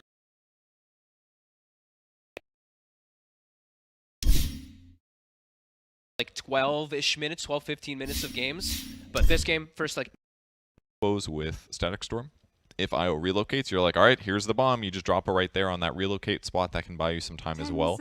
And once you relocate, you can also just send back the carry. Or send back the IO as well so you can kill the carry. So there's cool things you can do with Disruptor. I cannot wait to see how that works. With that said, though, IO is still pretty effective as a hero, as just like a heal bot. So, and he could play less like global potentially, or not have to worry about that as much. Or you could just say, like, I'm saving relocates to save my team. And, you know, a lot of cases, Disruptor might have used Glimpse at that point, or he'll save it for that exact moment if they know the momentum's good. So I'm sure LGD will use it really well, but I'm excited to see how well it works because I do like playing some Disruptor, gotta say. It'll definitely be interesting. I like when you have the option too, right? When two people show up and you're like, which one do I want to murder? I'm going to send this one back, or I'm going to send this one. And in some cases, you know, it might just be more beneficial just to send the IO because perhaps the rest of the whole team's there. Perhaps they bait it. You get these next level kind of strategies that are going on where, you know, you can really play to your advantage because they don't have that information or you're smoked up or whatnot. Which is very cool. Very cool indeed. I was hoping, I know that the Faceless Void got banned out. I like the Thunderdome. I always enjoy that, but... Drop a Disrupt ulti on a Chronos here? Yeah, that's the Thunderdome, dude. Sounds really like a big waste of disable to me. You could have 9 seconds of disable, and you're right, it does do damage. Dude. Sometimes in the early game, that's all you got. Sometimes all you have is a Witch Doctor. If you're level 15 Disrupt and you got that plus 2 seconds Static Storm cooldown, sure, slap it down, because then like when Chrono ends, you still have like 4 seconds of big old damage to set. But early game, Thunderdome. Good meme, bad play, generally. Okay, what about if you have a Mars and you're trying to do the arena and that? Yeah, I'm down to see the Thunderdome that way. Yeah, absolutely, because they can cast spells in there. They can do stuff in there. You can cast spells into a Chrono as well. You just have to be on the outside of it. No, I'm saying like if Void Chrono somebody and Void's your friend, you do not want to Static Storm the Chrono. That's bad move. That's bad move. Unless, like I said, it lasts for like 7 seconds. Because it's like the overlap isn't a big deal. You're like, oh, I'm doing damage, and they'll still be disabled afterwards for a couple seconds. That's all. This is very exciting, guys. We now know how to trigger Purge in every single one of his pubs. If you are playing Disruptor and there's a Faceless Void, do it. Purge, is it worth it to spend 100 mana just to do 75 magic damage to somebody? No. Use that nuke and attack them 3 times, guys. That's how you win lanes. Come on. That's how you get to TI if you're perfect. They still get the IO Gyro combo. We did see it successfully yesterday by LGD. But I mentioned it to somebody else, and they're like, yeah, that's the only time IO Gyro won all day. So I think that's why they left it through. But... was it LGD? No, it was Elephant. I think Elephant was the one that played it. Yes. So it worked good there. Tinker is the pick for LGD, though. That is, I hear that's had pretty decent success. I'd be slightly worried about a Pango as a Tinker, but you know, you've got tools. Just blink away, make him like overextend to chase you. Then even if he does catch up to you, he's so far from the rest of his team. He's just like locking down one guy. Don't know where Pango will be yet. Could be a 3, could be a 4, could be a 5. Pretty flexible there on that hero. But yeah, Tinkers have shied away a little bit from like the Shiva's builds from what I've seen. They go a lot of Ags. All right, well, I do my homework, all right? So I'm looking at this, and I'm looking at the fact that Faith Bien plays a lot of Magnus in his pubs currently. And then on top of that, you have, of course, the Pangolier, and it looks like it might be a twin Pangolier. No, never mind. There's a Storm Spirit. I lied. Just kidding. That's probably a, most likely a death, if I had to guess. 10 seconds remaining. I mean, it's a pretty good Pango game, I would say. You have to be a little bit careful. Like, Pango is a little countered by Disruptor in that, like, once you jump to escape, like, you can always glimpse back. But as long as he gets his ulti off, he's going to have a great time. Running through and messing with Disruptor and Elder Titan and potentially Tinker in team fights. So having like Pango and Storm which makes me feel kind of okay about playing against Tinker. They have some tools to deal with him, basically, that can gap close. But as long as Tinker's playing wisely and doesn't get caught in those easy goes, makes him work for it, then it can be fine. And they go for a Slardar, so it's going to be Slardar IO probably. Yeah, I Gyro. would think that Death is probably going to be playing that Slardar. Also, just, you know, we see this Tinker, and I know Leon Arthur has been, like, praising the Nothing to Say Tinker. He's like, it's happening, it's happening. It's going to be coming to all of these games soon, so should be very excited to watch that, because apparently he is very good with this hero. I believe that, yes. I do like Slardar this game, though. There aren't that many disables on the LGD side. Well, that's not exactly true, but there's not, like, easy, cheap ones. Like, if Slardar runs at you, how do you react to it for LGD? You can't just be like, okay, you can glimpse, but that's kind of like expensive. It's a little bit slow sometimes. Sometimes he like runs for it, gets a stun off first. I mean, a skill expensive. If you have like an Earth Spike or a Hex or like a Frostbite, you throw it on him, you know, and then everyone keeps walking. But it's not super easy for LGD to throw that right now. So if Slardar is able to run at them and do a decent job, get a little tanky here, it's going to be a little hard for LGD to stop the run at you that's happening with the Fnatic lineup very clearly. But TV's a good way to do it. He's going to do a ton of damage. He can throw out the Conjure. He can do Reflection on them. If he gets a little bit low but survives, he's going to go for a Sunder, which is going to be really effective for his hero. So I think that's a great pickup. And it's also going to allow him to just kind of like farm super fast all the time. That's extra armor, too, when you're up against something like a Slardar that's going to be reducing it. So it seems to fit fairly well. I know this is a hero that Ame likes to play. Yeah, it should be good in lane. And then you also have that steroid coming out from Faith Bien, who's going to be able to go and throw out that Empower. So he's going to farm even faster than usual. Whereas it's a little, I mean, a Gyrocopter does take, just, you know, he farms very, very fast. But he does. I think at this point, like, it's going to be a huge problem for Fnatic if this Terrorblade starts to overtake it. For sure, yeah. Because especially once he gets, like, Scotty territory, then you're getting slow on a ranged hero. And, like, already Io's supposed to heal you. So it's like Scotty is, like, the terrifying moment for Fnatic. If they're not like ahead like they were last game with net worth, then Terrorblade being like equal or slightly higher farm is going to feel pretty dangerous. It does still have an IO to back him up, so you know technically any gyro is going to be stronger with IO. True. But yeah, if it's a little bit scary. The Terrorblade matchup looks pretty solid to me. But with that said, they have great dive team fight in the early game for Fnatic. On the LGD side, their team fight can be good, but it's a little bit hard to land their disables. So ideally, they want to be the ones to initiate, I would say. And the other thing that's kind of interesting is Jinq is playing Elder Titan 4, so he's going to have more farm priority. I feel like almost every ET I've seen is a 5, so maybe that'll be a bit different as well. What do you think we're going to see like built differently than if he's allowed to have a bit of that farm? If he is built a little differently as a 4, possibly some like Ags build, he's going to have a defensive item most likely, something like that. Therefore, he won't have to worry as much about like Storm Spirit or the other heroes. So I assume that's where they're going on ET right now. Ags, defensive items, something like that. Jinq breaks smoke here. Did have an... Oh, that was kind of cool, actually. Oh, that was really cool what they just did. He had 2 Observer Wards on his hero. So as he got to the mid lane, when he got clicked on by his enemies, they're like, oh, he's still got an Observer Ward. He definitely didn't place one just now. So you can, like... Assuming... I mean, they might check, like, the other side, but that was a really cool way to do it. You can tell we're support players. We really get excited about these things. Hell yeah. Hell yeah. And we're getting a big skirmish here. DJ taking plenty of damage. Jinq, though, turning right back around. Get another crush out here from Death. Does have that nice amount of mana coming from Jabs. Jabs is going to tether over to DJ. It's already got the headdress online, so that was a big punch. You can hear the crowd right now. You can hear them. We're getting cheers on both sides this time. We had it. Did we have it the other game, too? It was like so one-sided for Fnatic for the early game at least. Of course, because Fnatic was winning. I guess so, yeah. Do you cheer like that loud when your team is losing, Purge? I mean, it happens sometimes. It does indeed happen, but ooh, Ame this is in trouble. looking scary. There's plenty of heroes here. Ame trying to survive just a bit longer. Now, he is going to be the first blood going over to Death, and Death will take plenty of damage, but not enough to actually fall. Death gave them a lot of problems last time. I don't think they wanted it to start off like this again. Yeah, and not a terrible situation to be in for Death either. Yeah, his HP's low, but his support pairing is an IO, so it's like the perfect situation to get him back up full as fast as possible. But they're going to have to deal with Jinq as well. He's running in to get more slaps in.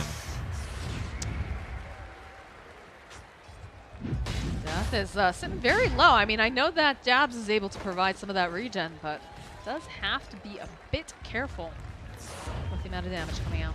Raven getting skewered back on the bot lane to take a little pressure, but he'll be relatively fine. DJ's got lots of regen. There's the salve popped. So far, so good. We're definitely going to see some kills in this game, let me tell you. I am very much looking forward to that. Chuen is having a miserable time over in that mid lane, I swear. He's farming all right, but again, you're playing against Tinker. Tinker who's got so much burst damage. And the hardest thing is just that he's going to laser you when you go for last hits. It's so annoying to play against. But Stormsurge does have a way to last hit with Static Remnant, so he's got options. And Static Remnant's pretty mana inexpensive, but the other issue is that Tinker also has more attack range by a little bit, so it just becomes a little annoying by all means to lane against. And he's got to get to his bottle, and then he's got to start getting some runes. Otherwise, nothing to say he's going to out-harass him generally. Is this a situation where you kind of want to be making stacks for your Storm off to the side because you know he's going to suffer? It can definitely help, absolutely, but it seems like the supports are going to be very busy. Like, Io can't easily go do stacks because he's not going to buy boots. He does have pretty decent base movement speed at 320, so he can go do it, but if he's stacking, it's Ancients and Large Camp, which isn't the best. Ideally, you stack, like, a different side of the map. And again, they're Radiant. Radiant doesn't double stack nearly as easily as the Dire can, so if it was like a Dire Storm, I would definitely agree with you, but Radiant Storm, probably not. Okay. Well, lots of harass going back and forth, but it's slowing down just a little bit. Chuen sitting so very low. Is forced to use that bottle charge. Just missing some last hits here and there due to the laser. He's not that far behind, though. Yeah. 10-4 versus 9-1. Disruptor's coming, though, but he doesn't have... Oh, he got the glimpse! Oh, Chuen. Seeing some of those body blocks coming out from Y. That is sick. A dead Chuen. I was like, hey, he doesn't have Thunderstrike. What's this doing? But he wasn't ready to skill, grabs the glimpse when he was guaranteed in range, and he picks up a really big kill. What a cool rotation. It's not often you see that.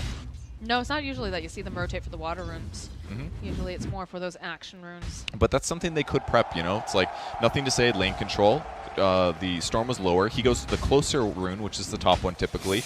And then because of that, they know Storm's going to go bottom. He's like, he's going bottom. We can maybe do that like cheeky glimpse gank that we do sometimes, you know? If you plan that stuff and he intentionally goes top for that reason, yeah, those are like little ganks that are maybe a little unique, but super effective. Oh, great deny from nothing to say on the mid ward as well, so it doesn't even get that goal advantage.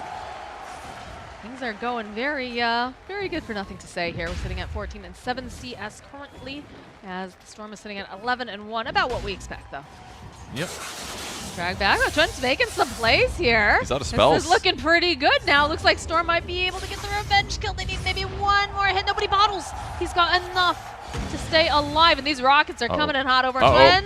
Oh. Level 3 heat-seeking missile. He skills it up and goes for the kill. Little too much damage. It looked like Chuen was going to be able to get that one, but it was just too much damage. Now he might be able to get both water runes here with Storm come up in 5 seconds. Let's see if he's got enough time.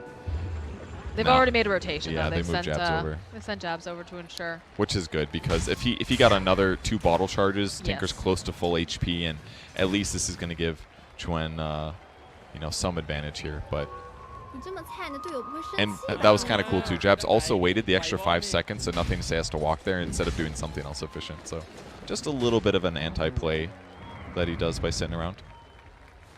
Q is also stacking over on the side there, getting that extra bonus damage, making sure he's got stacks. DJ bottom, taking some damage. Yep, he is. I love doing those like double stacks as a small camp hero, but then like you're like, oh wait, this offlaner has an insane amount of AoE. Xinqiu's looking a little scared here. Another hit should do the trick. Jabs will clean up on Xinqiu. Okay. This is a really nice thing about having Io as a pairing, is that Slaughter doesn't have to get Guardian Sprint until much later, so he can actually like get a lot of points of Bash the Deep. It doubles the damage between level 1 and 2, and he's still Slithering Crush. Plus he's got extra mana, so you can just crush all the time. That's a very strong dual lane, honestly. And you farm quite fast right now as Slardar on creeps, because you get double the bash damage. Puts you in a good place. But with that said, Terrorblade's still last hitting great. 31-10. Slaughter's down at 23. So pretty safe to say that LGD is getting more gold out of their lanes. We talked about the idea that you want this Terrorblade not to be ahead, because a Gyrocopter is quite powerful. Hold that thought. Why? Goes, he throws the cage out, but he's taking a lot of damage here from the tower, so... DJ threat TPing. Didn't have mana, but he got him spooked. Is this missile going to hit? It will. Ooh. Oh, they put the ward behind the tower for this reason. That's insane. He knows about it now. That was really costly, actually.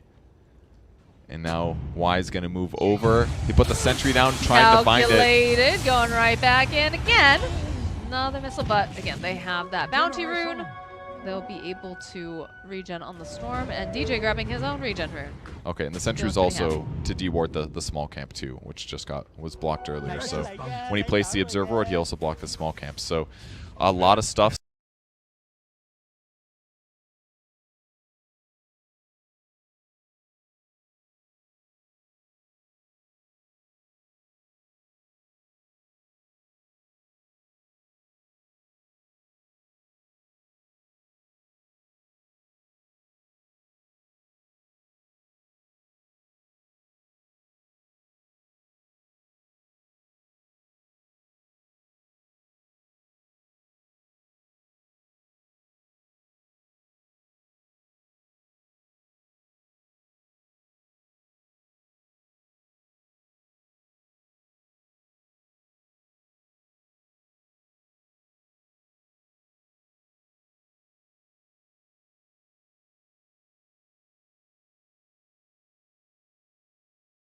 Blocked earlier. So when he placed the observer ward, he also blocked the small camp. So a lot of stuff.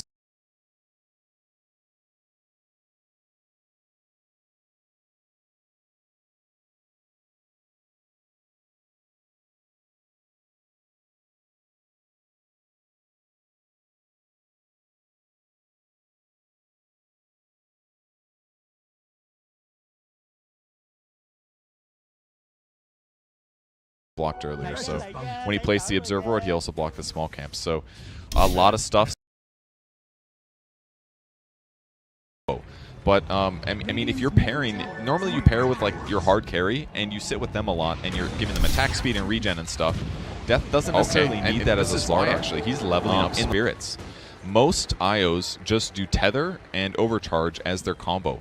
But I mean, if you're pairing, normally you pair with like your hard carry and you sit with them a lot and you're giving them attack speed and regen and stuff.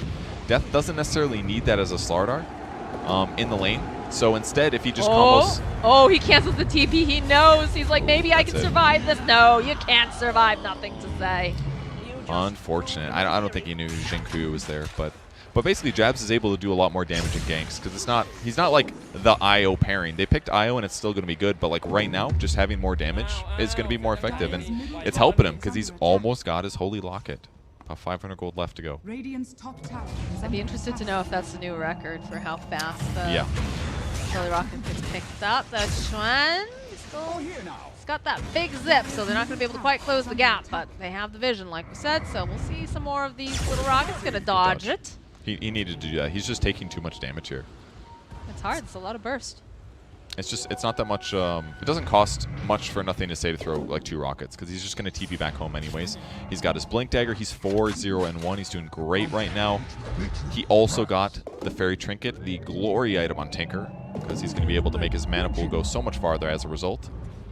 Now he just shows up where he needs to be. Faith Beyond going a bit of a different build. Helm of the Dominator on Magnus. Not the most common. No. But it's going to make it easier for him to pressure towers, to spot enemy heroes, that kind of thing. It's not terrible. It's just a generic good item for a lot of offlane heroes anyways. I am concerned. When I look at Death and Jabs up there, we're going to have the, I believe the Hood of Defiance was just completed.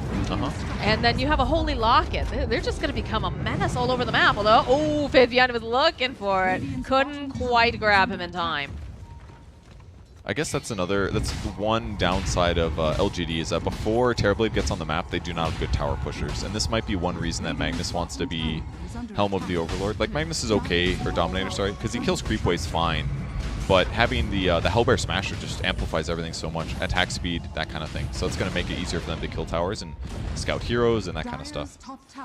But gold, it's even. It's even right now.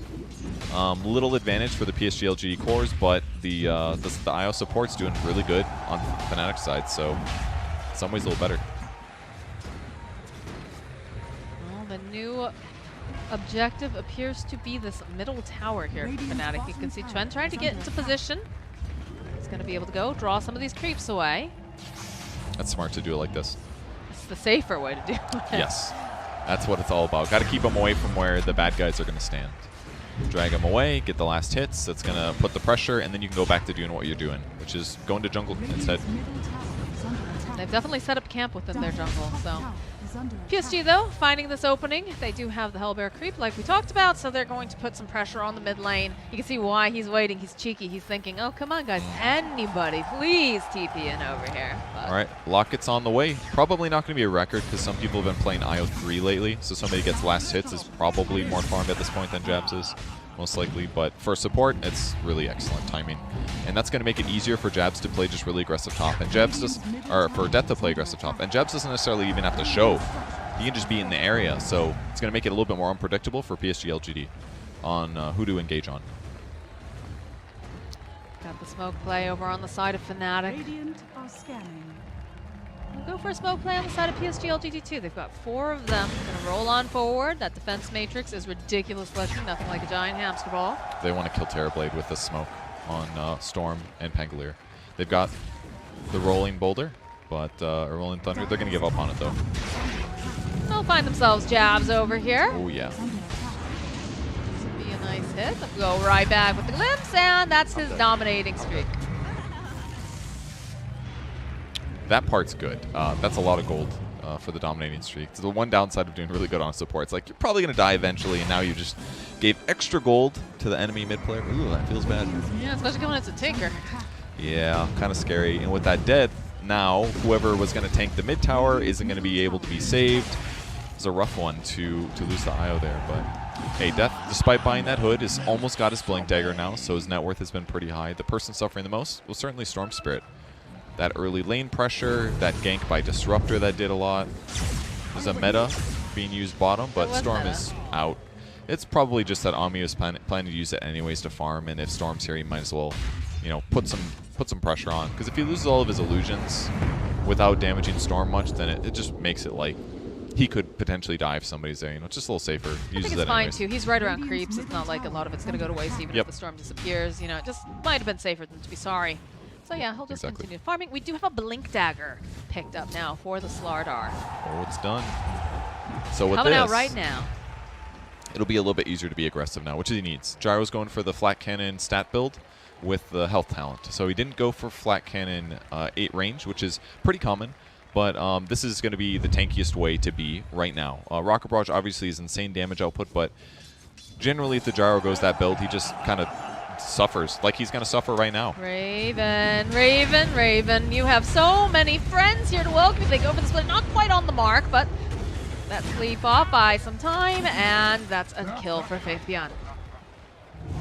He just got red. Try to go back in on nothing to say. They don't see him. They don't. Oh, well, they see him now. They will just go after this Tinker. I'm surprised that... oh, no, it is. Never mind. I was like, I'm surprised that it wasn't Jabs got it. I didn't hear the song right away. He was just holding it in. He was too excited. Oh, what a nice kill. Good for him. And he's going to go back towards the mid lane with that. So that's going to get him even closer to mech. So here's that gank on Raven. Death, though, too. Top lane getting chased by Faithian. They get the sleep off. They've got the stomp on the Centaur. Maybe? No. They're going to back off. Decide it's not worth their time. And this is a nice thing, again, about being tanky as an offlaner. Very similar to what he did last game as the Timber Saw. He just wants to play aggressive. He wants his opponents to fight into him. And as long as he's balancing the risk decently well, with IO potentially being behind him, it just forces a lot of rotations. But with that said, Terrorblade's still farming super fast as expected. Terrorblade 0-1 and 0. Just died that one time in the laning stage, but he set creeps so effectively that it really meant nothing at this point. And because he matches up well against Gyrocopter later on in the game, I think this looks pretty good for LGD right now. I think it's firmly within their control at this moment because they're just taking their time. They're realizing, okay, we're having all the space. He's going to be able to get Ame to get what he needs. They haven't shut him down like they had last time. They really haven't bothered him hardly at all. You saw one little engagement, like other than the landing stage, one engagement where Chuen shows up. Chuen immediately is kind of like, maybe no. Ends up just disappearing again. So. It's just tough because you basically have to take you have to take like DJ as Pango with Rolling Thunder, and then you need like 1 or 2 other cores to kill. It's not super reliable. He's probably going to get Sunder off with your heroes. If you had like a Fiend's Grip with somebody that does a lot of damage, then yeah, maybe it only takes 2 heroes. But the fact that it takes like 2 to 3, and 2 of them have to be cores, means it's a lot of resources to go smoke all the way to the enemy jungle and try to kill him. Because if he's not where you expect him to be, or the gank fails, like you get really far behind, and that's way more of a detriment than just trying to farm fast. Hello, DJ. Drag him right back in again into the pain cage, and there's a zip coming out here from Chuen for this engagement. Call down, followed with the RP. They'll just blow up Chuen. They'll blow up Y. They've got a Terror Blade here. Jabs again, he's getting all these kills, but this is not looking good for him because the rest of the team just chasing after Jabs will be able to find the kill, and nothing to say. We'll get it. Tough one. He must have tethered in to try to save Storm Spirit there, but unfortunately for him, yeah, 8 to 20 stick locket, so unfortunately for him, no tether afterwards, so he couldn't run away. Rough one. But they get 1 kill at least, but nice little skirmish there for PSG. Nothing to say, gotta be careful. Death would love to go in, but he doesn't quite have the opportunity. Here's the replay once again. Juan jumps in, RP catches him, that's Storm dying. There's the tether on the, that's what happened. He had to run south instead of northwest with the gyro, so he's forced to break tether basically, and at that point, he's kind of screwed. So, got a little separated. It happens sometimes, but Raven's got his eggs on the way now with the Crystallis, so most efficient build possible basically for raw damage per gold. With the Ags, he's going to attack twice as fast, and present a pretty new threat for every team fight after this. So that's one nice thing, is that Fnatic is going to have like 3 pretty strong cores. Storm is still a bit behind, but he's always a threat because of his mobility and his disable and stuff. So I feel like the team fight composition looks good for Fnatic, but PSG LGD is still an advantage with that Dota Plus win probability. So that's what it's telling us. 81%. Going for the Roche play here. Chuen sitting on the outside trying to just keep vision. They do have that creep, so they'll know that they're in the pit. But they don't want them to know how high the HP is, and now it's going to reveal it. That lets them know how desperately they need to run into the pit, basically. It's very scary when you have an Elder Titan on the enemy team. It's just too easy to get that Aegis to go and interrupt, set up anything here. There's a double damage available outside the pit as well. They don't feel comfortable fighting. Jumping forward. Which makes sense, because if they do play in this area, look at the vision right now coming up Fnatic. They had 2 cliff wards directly around the Roche pit. Like, imagine Tinker trying to play into this. He blinks and starts rearming one time, slightly close to Roche, and they're like, kill the Tinker. They all jump on and kill him, basically. So fighting in this pit is just not very safe right now, and it was just safer for Ame to keep hitting creeps. So they get an Aegis. It's going to buy Fnatic more time and certainly gives them a better chance of winning, but eventually PSG LG is going to take a fight. They smoke up, and they're all grouped very tightly together over on the side of Fnatic. They find their opening, though. They blow up with the RP. They should be able to take down Y, and they're looking to go for anything else. The Rolling Thunder just making chaos. Maybe not taking too much damage, but over on the back line, nothing to say. He's sitting very, very low. The Rolling Kitten just goes right on in, kills him. And now this is looking a little scary here for Ame. Death jumping back in. He knows his limits. Goes for the Sunder play. The zip forward, though, coming out from Chuen. Go, they'll pop that Manta style. Looks like they're gonna be satisfied with that. That was great for Fnatic, though. Got to force the fight. It looked a little dangerous. I thought the RP was going to catch the Storm because it was like the same time he jumped in, but Storm had balled, I think, a little bit farther, and it ended up only being Slardar getting caught in that RP, and as a result, it gave Fnatic the opening to take the fight, whereas otherwise, it would have been probably Storm dying and maybe Death also dying in that engagement. So they got PSG LGD to engage. They thought it was a good one, but the mind games for Storm, you just ball farther than they expect you to, and then you miss that big team fight ulti. We still have the Aegis online here for the Gyrocopter. You can bet that Fnatic probably considering, especially now that they have this Blink Dagger picked up on the Pangolier, probably looking for the opportunity now to make some moves, push out a lane, get a pick off, and maybe start to crack that base. It's definitely what they're aiming for, or control tier 2s, that kind of thing. Restrict farm that Ame has access to. It's not going to be perfect because it's pretty easy for Terrorblade to always just push out lanes safely with his Conjure Images, but when you only have to deal with like 1 or 2 of these things and you have pretty strong cores that have lots of single target damage, similar to like Slardar or Gyrocopter in this example, they should be fine. And in this case, they're even burning a relocate here. to deal with this split push, because it's just not worth teleporting here and then not being able to play the rest of the map. Unfortunately, it looks like they're only going to get 1 creep wave here rather than 2, but hey, it still makes a little bit of effort. Another creep wave right there at their... I know. At the top lane, ready. You're so right. Yes. And either way, this man is hitting creeps. He is, and his net worth is actually approaching the Terrorblades now. Once you get the Ags, all these stats are almost maxed out. He's going to be forced to level his other abilities pretty soon here. Death. Faithian finding him, though, immediately. Pushes him very far back. The rest of the team is like, okay, yeah, you're a little bit too far, Death. It was nice knowing you. Well, we'll catch you on the flip side. That's a cool way to do it, because Death's still playing his job correctly. But if the guy that's playing in between 2 teams gets skewered even closer to your team, it's like now you're way out of position. We just wanted you to be a little out of position, you know? Raven can even call down on the bot wave. He just wants to finish his BKB here safely. He's scared about getting dived on. He knows LGD's on the map aggressively. Now he's running for safety.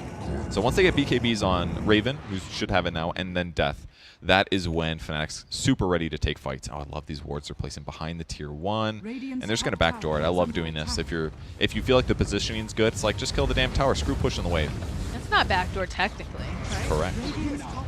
Okay, ooh, it's a little bit too fast here for Faithian. He wanted that This grab TP's on really Shrine, long. but they find it. He's screwed. They see him. They have the glimpse right into the static storm. Try and keep him silenced, but he is able to walk away. He's got a bit of a zip to the heaven. He just says, nope, nope, nope, nope. A little bit more nope. Walks into one of these illusions. Almost screwed. He was being efficient. That's a... Oh, they're breaking out into a fight, though. Death seeing this opening, jumping immediately over onto Y. He's going to be able to just obliterate him. As the rest of PSG, nope, DJ's there. They have the relocate. They're coming on in here with Raven with jabs. Trying to go and grab Ame. They missed the splitter. DJ, though, right on target. Death following up with these hits. Faithian over on the side was looking possibly to go in there, but there it is. There it is. Beautiful RP. They just burst down Death. They'll turn their attention to Raven. Raven doesn't have anyone to help him out. A couple more hits should be able to do the trick, and yes, that's going to be the Aegis. Kame backing off a little bit here, has Faithian at the ready. DJ trying to make some hang-outs over on the side of Raven. He's just all alone. There's no one here to help him. The IO was trying so hard. This is not looking great for him. As over on the side corner here, DJ, he's just sitting patiently. They've got the vision. They'll take down Dabs, and DJ, is he going to make it out? They have vision. They could potentially get over there. Don't quite manage to land the stomp. Is he going to be lucky? Is he going to be lucky, Purge? Is he? Is he? Ooh, they're looking. No, he's not. It's a double kill for Faithian. Really nice stump by LGD there. The crucial stuff, they basically killed Death on the front line, and then it became a little bit easier to deal with the fight. It looked like a good moment for Fnatic. Like, the Rolling Thunder interrupted the TP for Ame, so they knew he can't get out. Like, you just got to get the kill somehow. But the problem was that, I mean, they even popped BKB on Gyrocopter, so like he took less damage during the RP, but the Terrorblade DPS was just too high at that point. So he committed to the attacking, but it's like these TB illusions just ate everything. He got 32 armor, so the raw physical damage that Gyro's outputting really didn't do much. Really did not. And then I was ready to like tether heal him to try to keep him alive during the respawn. But the moment he came back, he gets skewered away, which means Io's positioning, which was formerly good, was now 2-4. So that's why he got there too late. So it's just LGD playing that team fight perfectly. But once again, Fnatic getting a little too excited and thinking they had a moment to punish LGD and catch up.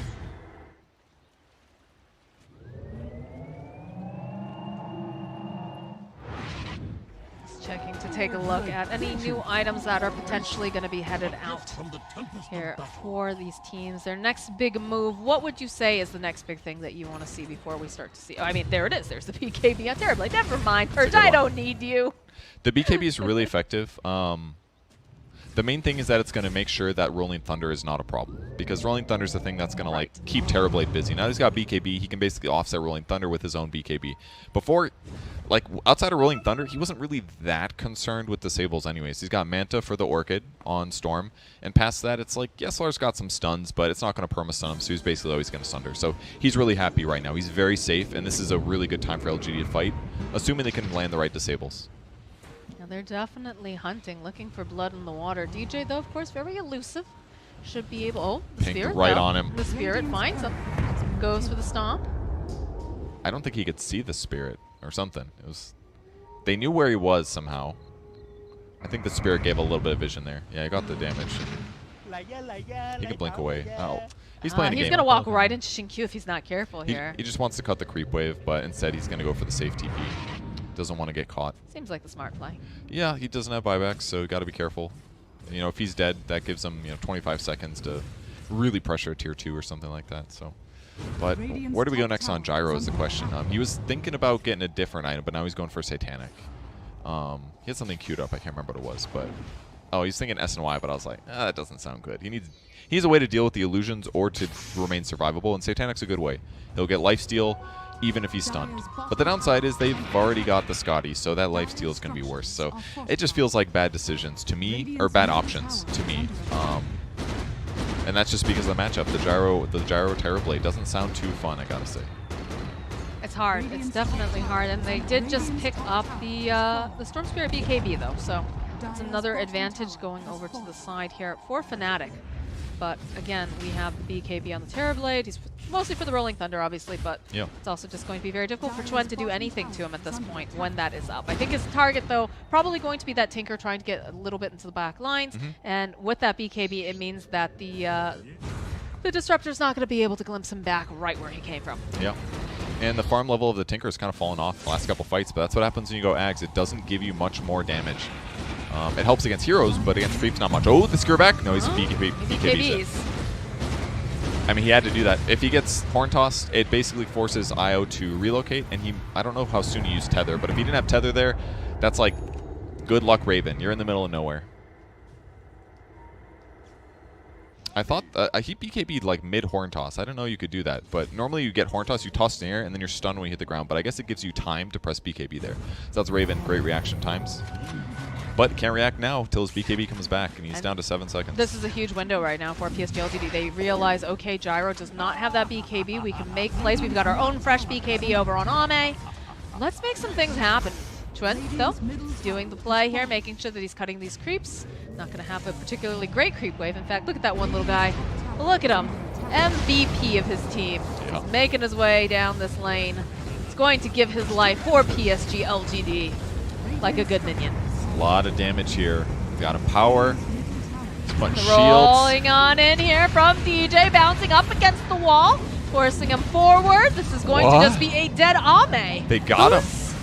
They chain stunned hold him. on 1 sec. We're not quite done here. Yeah, the BKB coming out from Chuen. He's going to try to put some more damage out over on the side. They'll be able to take that Q. They get the crush off, and there is a dead Disruptor lying on the ground. They were not expecting to be able to pick him off all the way there. Somebody force staff him, too. Who's force staff with him? That was my question. I think it was a dire one. Because it might have been Magnus or somebody. It was Magnus or Disruptor. Somebody forced him. I don't know if it mattered. But I assumed it was a Fnatic one because it put him deeper into the base. It wasn't, and maybe that wasn't the biggest deal. The thing that hurt him a little bit, he has no status resistance right now. Because they don't have the best stuns, but it did work. It definitely worked. It definitely worked. I mean, he's right up against the wall. Yeah, they went from full to low, and they actually gave the shard to Io, which I have not seen before. It does a stun on the tether, it deals damage the first time you touch it, and it increases your movement speed bonus by 10%. So it's going to make this carry Gyro feel a lot safer. It's like an extra 30 movement speed, basically. It's a speedy boy. I miss the days of Io Tether being able to do the stuns. I miss that. I miss the days of Io Tiny in the mid lane. You find yourself a good Tiny play. Oh dear, Fabian! He missed? He gets dragged right back in, but the rest of the team, they're going to follow up. This is not looking good. They have that rolling right on through. This is not looking good for Magnus. Chasing after Swan. He wants to get something, but no, he is going to fall. Are the relocate? This could be dangerous. Raven, BKBs. Raven, BKBing almost immediately. They do have the Earth Splitter. He's going to try to put out some of the damage again. Jabs, though. Oh, Jabs. They're going to try to TP out Raven. He's able to get out. That was really close, actually. The BKB ended like the same time the teleport ended, but he might have been able to cast Glimpse before he went out. It was like... You have to be so precise That was really precise, and a huge moment for Fnatic. After killing Ame in the mid lane, which felt like, oh, we're going to get Raxed here. I really thought that Rax was going to go away. They kill Ame, then they miss the RP, get that kill, and then save him too. They see themselves a Disruptor, they BKB, they just want to get this pesky Y off the map, and they'll be able to do it. So it's got a BKB for it, but that does give them more map control. Don't have to worry about him. And as a result, going for kills on the other side of the map will feel easier too. Tinker, I think, has Hex finish, just flying it out. That'll be great. Oh, they get a catch top, actually. Finds Jingqiu jumping in for it with the Orchid, scores that kill. Was hoping to find somebody that was hanging around, and he gets him. Maybe looking for Tinker, but hey, he'll take a kill. A kill's a kill. The build that Jinkyu went actually went for a Veil this game. Tranquil Boots, Veil, Plate Mail, so looking for Lotus Orb. So didn't get that defensive item I talked about earlier. That's one of the reasons. It's pretty darn easy for Storm to kill him. Orchid, normal Storm stuff, you gotta kill. And Satanic's finished now. Now he's queuing up Scotty on Gyrocopter. Same solution that it provides against TB. You're gonna limit his healing. They're both going Satanic. The item's looking pretty similar, but yeah, Gyro's gonna love all the stats, the extra HP, the slow, all that stuff will be really helpful. Elven Tunic versus Paladin Sword. That's a hard one, actually. Paladin Sword's pretty much always what you grab, and he's gonna keep it, but you know, the extra movement speed and attack speed ain't bad either. But Really can't go wrong with either one. yeah, but Paladin Sword, you gotta take it. You gotta take it. The lifesteal you get is just too good. This tower is just getting chipped away here by Raven and Jabs together. Another smoke coming out from the side of Fanatic. Yep, well, whoever they find, the relocate's a-coming. Unless it's Raven TPing bottom to save his tower. They might dive on him in this exact moment. If they went right now and killed him, they could actually own. But look at this what's gonna Ame happen. very front and forward here. Death just a little bit off the mark as it goes with the BKB, but look at the damage coming out from this Terrorblade. Throwing out the Scotty Twin, jumping over onto the back lines, trying to get rid of this Disruptor. Not quite able to get the burst, but there's going to be a right back again. As he goes, he pops that BKB. There's another fight, though. We get that view of that fresh new sheep stick, and it's a dead DJ. Just great positioning for LGD in that moment. If they were reading that engagement, what they were expecting was that smoke. That was the right people to engage on. If they go on Gyrocopter, he gets relocated out, for example. So they stand high ground. Death had to jump in like that. Smoke's breaking when you're running high ground. He goes for the stun. He doesn't catch anybody. He loses 80% of his HP. That fight's basically over already because they spent so many resources just like forcing a bad initiation. So not really Fnatic's fault there, and them only losing one hero is pretty good considering. That was very spooky for like half a second there when they were approaching. But again, when you're standing on the high ground, you have a little bit more of an assurance. Death, if you had just been a little bit closer on that, that could have turned so differently. But Yep. Gets catch. does find himself someone else, though. It is Faithian. They'll just run away. Raven joining in. He's got that little extra burst. You have to be careful, though, because they've got the illusions going right back. They have the Hex as well over onto Wave. He's just going to sidestep these Earth Splitters. Not too concerned about them. Hoping that somebody's going to straggle, maybe be a little greedy back here. But no, PSG LGD, they realize this guy is scary when he's able to move around and get these heads off. Wise Courier, though, does get sniped by DJ in the meanwhile. Good pick off. Couriers at this phase is a lot of gold for your whole team, honestly. Catches you up quite a bit. Ooh, Io, the extra farm jab, 7-3 and 7. You don't get to see this often, but he's trying to buy a heart. And if he gets that, he's putting a lot of heal into his allies. And again, it's going to be limited a bit by your Scotties or whatever, but it's going to be a huge amount of heal output. And just like killing the Io himself is going to feel bad. Just going to go push down the wave here. Come right back in again. Doubt he's going to be able to get 2 waves, unfortunately. But yeah, they'll be right back. They just got to hang out near him. Aegis does indeed get reclaimed. Silver Edge on Gyro. Very weird. He basically upgraded his... I mean, he had the Crystallis all game, basically, so... Kind of interesting. Will allow him to like escape dangerous moments. It's like it's kind of cool to buy invis items on heroes that aren't supposed to invis normally. You're just kind of like, wait, what? You're just invis? So yeah, Shadowblade plus that. He could like find backline heroes better, that kind of thing. Disengage. Tinker, he could survive. You know, juke into a tree, go invis. Is Tinker gonna have a dust? Probably not. He needs all his item slots, you know. So things like that could be really helpful to give him a second BKB effectively. I'm curious, what's the win percentage look like right now? It's a better. All right. It's a lot better. Experience advantage jumped a lot towards Fnatic here, but yeah, it's definitely improved because as the game goes on, Gyro gets more and more strong as just like an overpowered hero because Axe gives you like technically 2 attacks, so... Technically, every hero gets stronger as the game goes on. I completely disagree from a mechanics standpoint. Some heroes have stronger combinations of mechanics late in the game. Terrorblade obviously very fantastic in almost all phases, but you know, this double attack thing, you know, Rapier's effectively busted on Gyro, especially with Flat Cannon, for example, because Flat Cannon is attacking all heroes at the same time 6 times. That's really strong. JK, more than that. Ame looking for a kill here. He's got an Alpha Wolf too. They're hunting. They're definitely hunting, hoping somebody makes their way. DJ, though, again, he's usually the first person to go up into the high ground. He's the one person that does have... He puts the Rolling Thunder going on through the jump right past Ame. Twin, though, finding over on the back line. He's going to try to just take down this Elder Titan. It's tanky. Death over on the side. Shinkyu, he stays alive for a decent amount, but DJ also now falling. The BKB being... Twin now, this is not good. Nothing to say. Has found himself a Storm Spirit, and this little piggy's going home in a bag. Took a lot of mana to kill Q there. That extra armor he had, the Lotus Orb, he's got pretty good HP. Oh, and another one. They find Jabs. No songs for Jabs this time. Did he relocate to try to cut a creep wave? Is that what happened? He just used it 20 seconds ago. So he had... must have been something like this. Knocked out, but... Oh, interesting. They Titan slivered on the gyrocopter, and they put the Paladin sword over for the Eye, which makes sense. More healing. More healing. Lifesteal, all that stuff. Gonna help keep his team alive. If he's alive, you know, that part's important. This is... Look at nothing to say. Look at his positioning here. It's good. Coming forward, and immediately have an RP. They just absolutely blows it. Love Raven. The follow-up over on the side, and this is not looking good now for the Storm. He's all next to beside us. Everything. They take that Glen. The buybacks are coming out of mass. The BKBs are coming up with like 2. The kill over onto Y. They'll find more on Faith Beyond as the rest of PSG LGD forced to run away. Man, pro players make buybacks look scary, I gotta say. They know there's a ward there. That initiation was like too perfect. They get it. So that's going to buy them time. And there's also a buyback on Tinker, so it's not terrible for Fnatic at all. Looked real rough at first. Watch this RP. They throw him in. Those guys are dead instantly. Storm jumps in, but great ulti from Y. He was ready for that. He knows he's the target. No BKB yet for Storm, so he dies guaranteed. And then I thought things looked bad, but Death's stun hitting 3 people was a monster with the flat cannon as well. And he's got Shard on Slardar. That's why. So he applied his ulti on 3 heroes. That's why he did so much damage. And the flat cannon is doing AoE as well. It's like insane. Bye-bye, Shinkyu. That's such a cool combo. Slar Shard with flat cannon. God, he had a gem on him, too? He dropped a gem? Yeah, there was a gem. Oh, bonus gem. Surprise gem. Best kind of gem. Sure. Yeah, that's true. No gem gift. Like, here, I bought you a gem. No, it's exciting because you get a kill and then all of a sudden it's like, bonus free stuff. It's like when you get the curly fry and the thing of regular fries, dude. Or like when you buy fries and there's 1 curly fry in it. That's literally what I'm saying. Oh, okay. Didn't I just say that, JJ? Am I crazy? Okay. Yeah? Okay. No, I just... Just wording.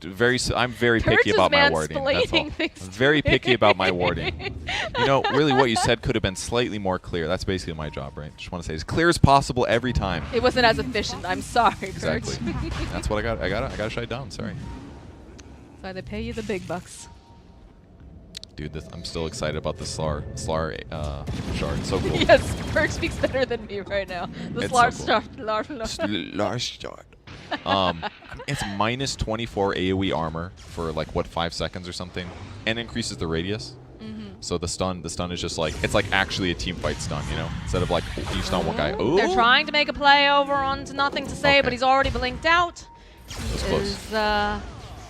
He is very close there. Yep, he's just going to keep rearming. And they do have this going on in the pit. You've got DJ, though. You've got this Rolling Thunder that could potentially be very, very dangerous for him. He's considering it. He's trying to figure out, is it time to go? Shall I go in? Goes and starts to disrupt a little bit. This is the first. Oh, my God. Never mind. He is just super dead. Going to have to buy back. They BKB'd already over on Ame. They're scared. They could have taken it. They absolutely could have taken it, but they're scared. That suicide by DJ, absolutely worth it with consideration. They call down as well for vision.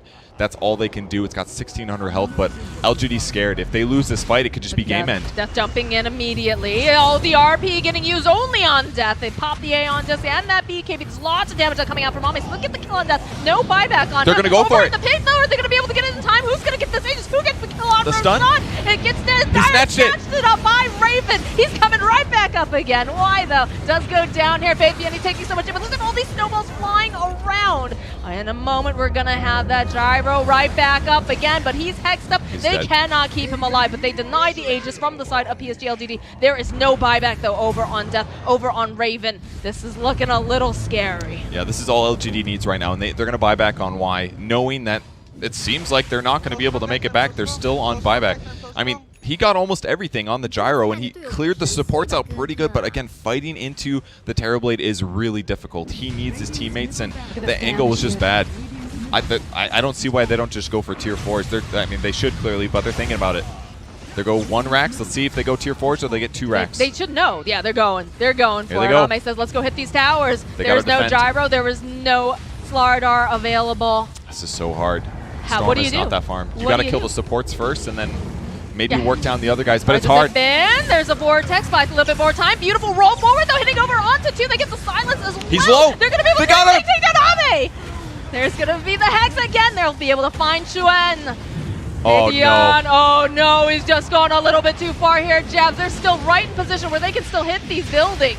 Again, they do not have Ame here. Tinker coming in. Jabs is doing everything he can, rather. And they are just holding him in place. They're beating the tower. They even just kind of ignore him a little bit. They're like, we have buildings to be hitting. We have an illusion here. They'll bring him right back in again. They're not going to let him out. And there he goes. Down goes DJ, and down is going this Ancient, baby. Instantly glimpse him backs, and they're hitting it.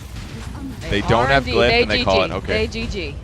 Like, surely it's over. Ooh. Oh my For God. a brief moment there, I really thought they might be able to do it when they killed the Terrorblade, because I was like, 3v5? Like, how could they ever get a kill on this on like anybody? But the fact that it was TV, that combo is great. Ball in, group them up with the Ags on Storm to vacuum them together. Then DJ comes in, smashes them, does the jump as well.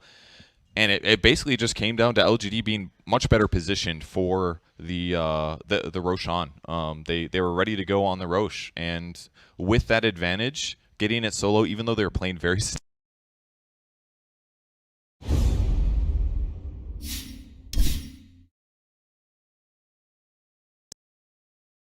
We talked about it very early on in the first match, how PSG LGD, everyone seems to think this is the team that you want to beat. This is the team that everyone's favoring currently. It's between that and like EG for the most part. So you want to try to take this guys down, and you're doing all your homework. So Fnatic, to be able to stay in this game, these are some of the most exciting games, honestly, I think we've cast so far.